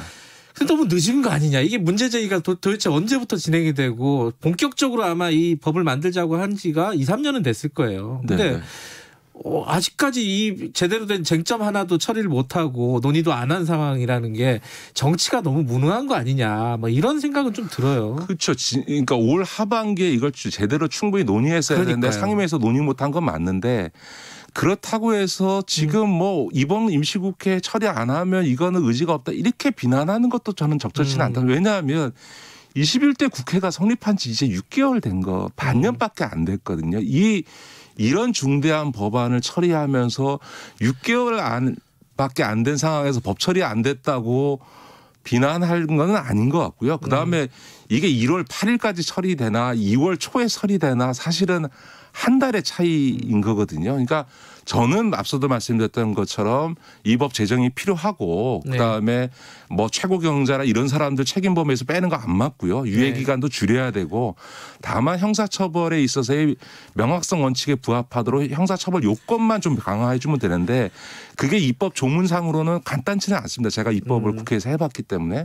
그래서 충분히 검토해서 빠른 시간 내에 되면 1월 8일까지 하고요. 그게 안 되면 저는 2월 초에 2월 달에 국회가 임시국회가 열리게 됐으니까 그때 제일 먼저 처리하던 방법도 있는 거죠. 아까 뭐 홍익표 의원께서는 뭐 최대한 빨리 어찌됐든 간에 처리를 하겠다고 하니까 지금 최대한 빨리 해야죠. 지켜보도록 하고요. 검찰 얘기 간단하게 뭐 한두 가지만 좀 여쭤보겠습니다. 지금 국회에서 나오고 있는 얘기가 중요한 얘기가 탄핵 얘기가 있는데 이건 뭐 지도부들이 지금 뭐 생각을 안 하고 있는 것 같고요. 지금 윤석열 탄핵 총장 얘기하는 사람들은 자기 정치하고 있는 거죠. 뭐 그냥 검찰 때리는 걸로 자기의 정치적 존재 이유나 혹은 자기의 정치적인 어떤 목적을 얻기 위해서 지금 하는 자기 정치고요. 더군다나 대통령까지 나서서 이제 윤석열 문제 일단락하고 제도개혁 문제로 가자라고 했는데도 불구하고 이러는 거는 저는 매우 바람직하지 않은 태도라고. 또 하나가 지금 시즌 2라고 검찰이에요. 그래서 이제 기소 수사권을 완전히 분리하자 이런 얘기를 하는데 아까 윤영석 의원도 그랬는데 아니 그럼 공수처 왜 만든 거냐 도대체. 막 이런 얘기들이 논쟁들이 있단 말이에요. 어떻게 보세요 이런 상황들을? 예, 이제 공수처에 있어서 수사권과 기소권을 다 준 게 아니고요. 검찰, 판사, 경찰에 대해서만 이제 기소권을 준 건데. 아니 검사를 기소하는데 그 기소 여부를 검사보고 결정하라 그러면 하면 안 되니까 그 부분에 대해서는 공수처가 수사권과 기소권을 다 준 거니까 이게 무슨 막 공수처가 모든 대상에 대해서 다 기소권까지 다 갖고 있는 건 아니거든요. 그러니까 그런 부분은 아닌 것 같고 모든 권력은 단일한 조직이 독점했을 때 반드시 문제가 발생하기 때문에 검찰권을 분산해야 되는 건 맞고요. 그것이 단순히 검경 간의 수사권 조직을 조정하는 걸 넘어서서 검찰을 여러 개 단위로 나눠야죠. 제가 이 방송에서 몇 번 얘기했던 것 같은데 미국 같은 경우는 검찰 조직이 단일하지 않고요. 보통 검찰은 기소만 담당하고요. 수사하는 검찰은 법무부 반독점국이라고 우리 공정거래 같은 게 있고 우리 금융위원회 같은 조직인 증권위원회가 수사권을 행사합니다. 이런 식으로 수사권을 갖는 검찰 조직을 여러 군데로 쪼개는 게 맞는 방향인 거죠. 그러니까 이제 이런 제도 개혁 중심으로 갔어야죠. 이제 다만 이제 윤석열 총장도 해가 바뀌면 여러 가지 고민을 해야 되지 않을까 싶어요.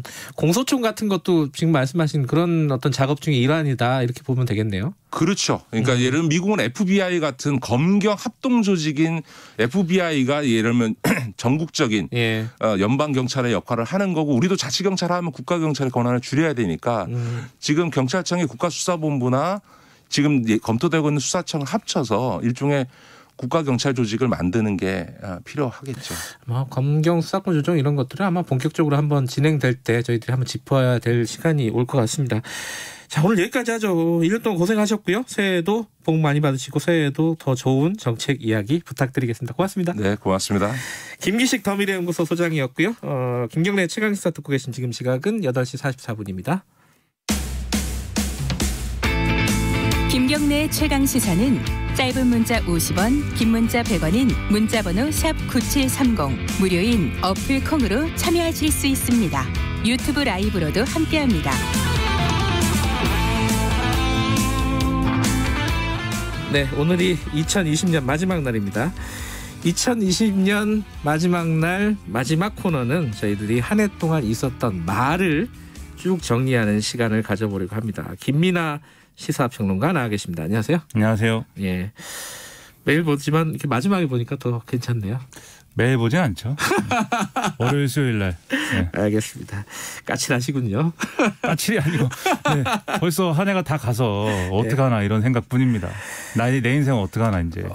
청취자 여러분들도 이 올해 기억나는 말 한번 보내주세요. 저희들이 시간이 좀 되면 허락하면 좀 소개 좀 해드리겠습니다. 올해 말을 좀 다뤄볼 건데 김민하 평론가는 제일 기억나는 말은 뭐예요? 개인적으로는?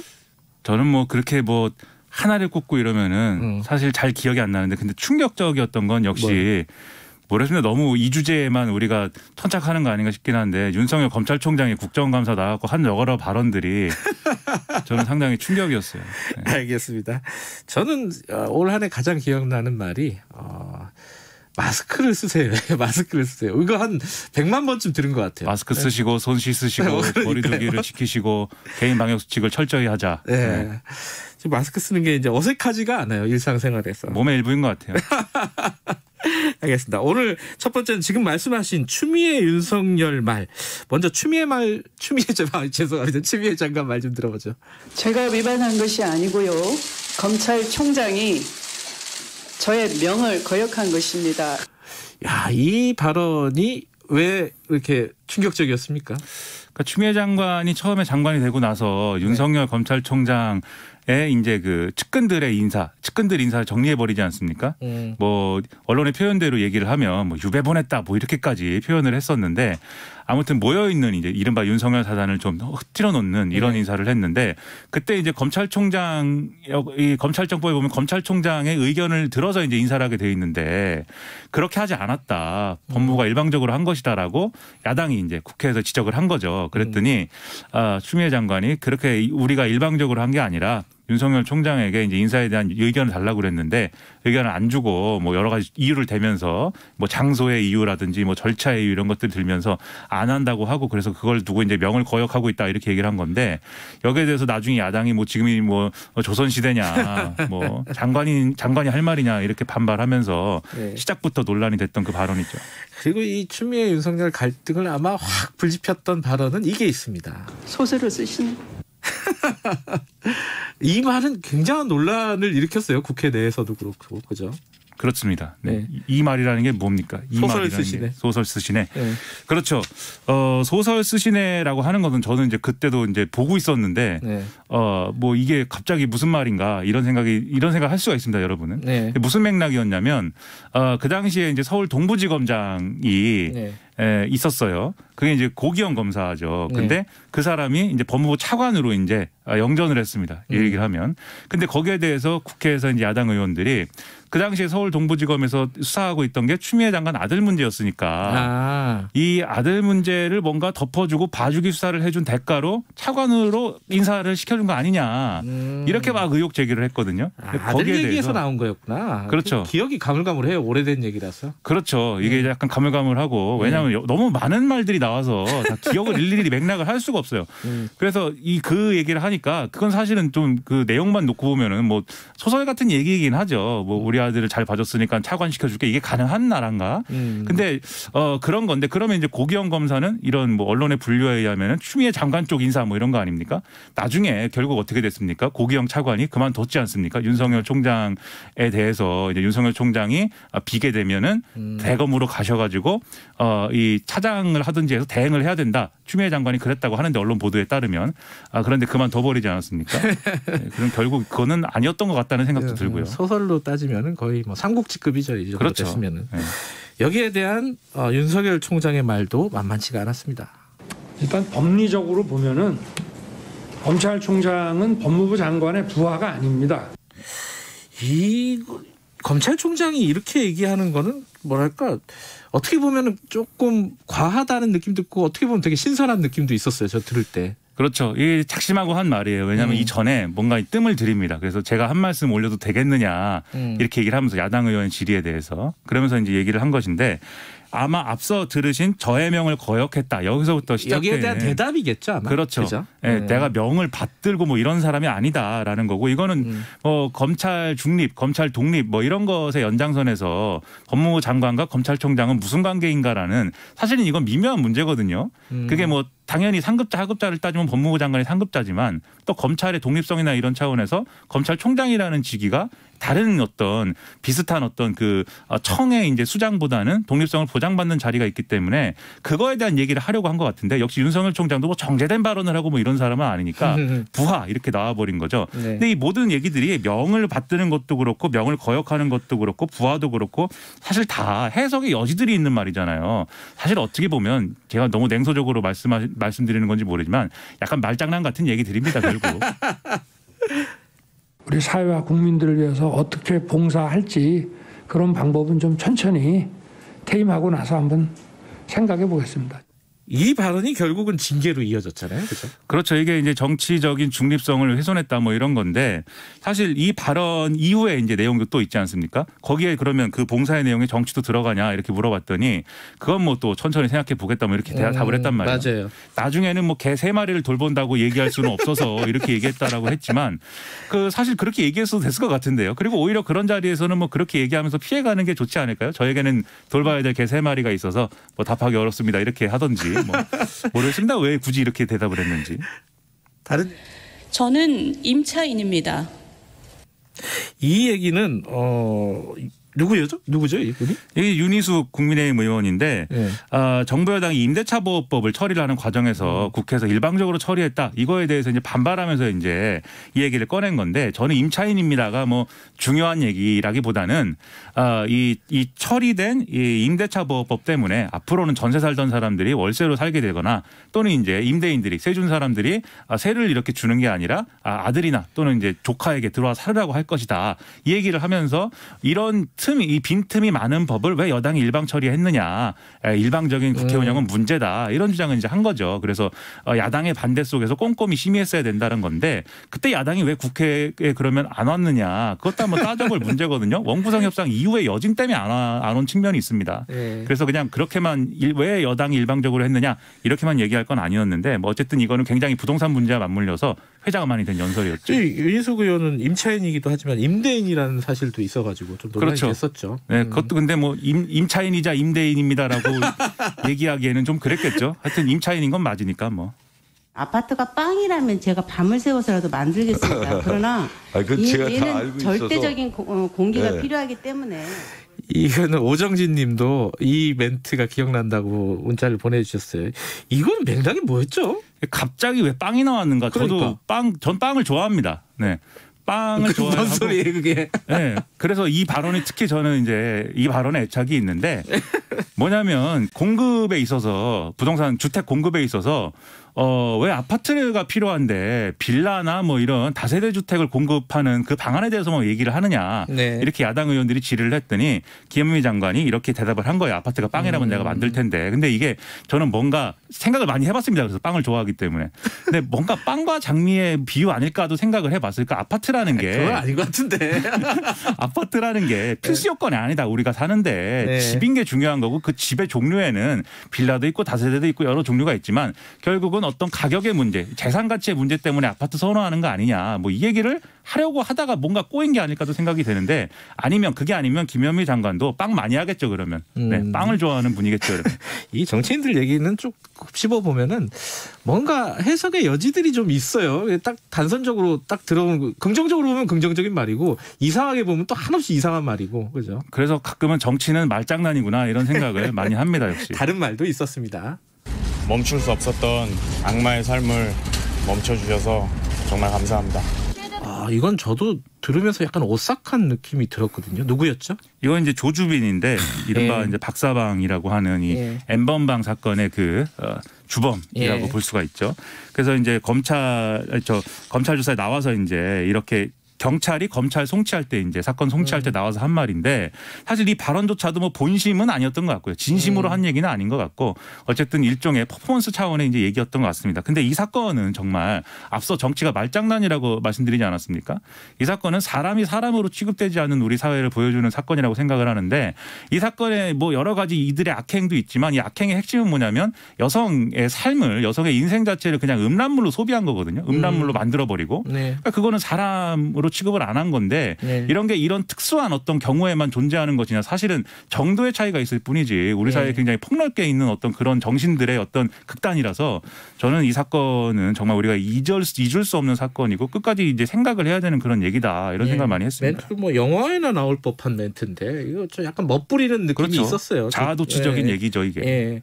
뭐 다 다룰 수는 없을 것 같은데 뭐 한 두어 개만 소개해 주시죠. 지금 기억나는 어떤 말 뭐가 있습니까? 일단 뭐 체육계에서 상당히 논란이 됐던 이제 트라이애슬론의 최숙현 선수가 이제 그 메시지로 보낸 엄마 사랑해 그 사람들 죄를 밝혀줘 이런 말들이 저는 또 기억에 남는데요. 이 사건의 경우에는 이제 체육계에 고질적인 이제 문제가 드러난 거 아니겠습니까? 사람을 이제 괴롭히고 때리고 이걸 통해서 성적을 내고 그 성적을 내는 걸로 여러 사람이 먹고 살고 그리고 여러 사람이 먹고 사는 구조를 유지하기 위해서 지역에 있는 다른 기관들하고 유착 관계를 맺고 그걸 통해서 이런 폭력행위나 이런 것들이 드러나는 걸 막고 이거는 굉장히 고질적인 문제죠. 그런데 이렇게 그 사람들 죄를 밝혀줘라고 얘기를 했는데 죄를 뭐 몇 명은 밝혔습니다. 이 사건에 대해서. 그래서 지금 재판으로 넘어간 것도 있고 그다음에 제도적인 어떤 대안도 만들기 위해서 뭐 법적인 뭐 제도화도 된 부분도 있는데 이 사건의 뿌리까지 뽑는 거는 아니었거든요. 그래서 우리가 또 끝까지 관심을 가져야 될 문제 아닌가 생각을 했습니다. 알겠습니다. 뭐 준비해온 말들이 많은데 올해가 말이 많았군요. 여기까지만 들어야 될 것 같습니다. 제가 많이 많습니다. 네. 9588님이 김민아 평론가님 덕에 시사를 들으면서 웃을 수 있었습니다. 감사합니다라는 말씀 보내주셨습니다. 저 진지한 사람입니다. 진지하게 하고 있습니다. 새해에도 좋은 얘기, 재밌는 얘기, 진지한 얘기 많이 들려주시기 바라겠습니다. 김민아 시사평론가였습니다. 고맙습니다. 고맙습니다. 김경래 최강시사 12월 31일 마지막 날 여기까지 하죠. 새해 복 많이 받으시고요. 내년에는 아마 조금 더 좋은 일이 있을 겁니다. 그래야 되고요. 내년 이맘때는 코로나 걱정 없이 방송하는 날이 왔으면 좋겠습니다. 내일 아침 7시 20분 다시 돌아오겠습니다.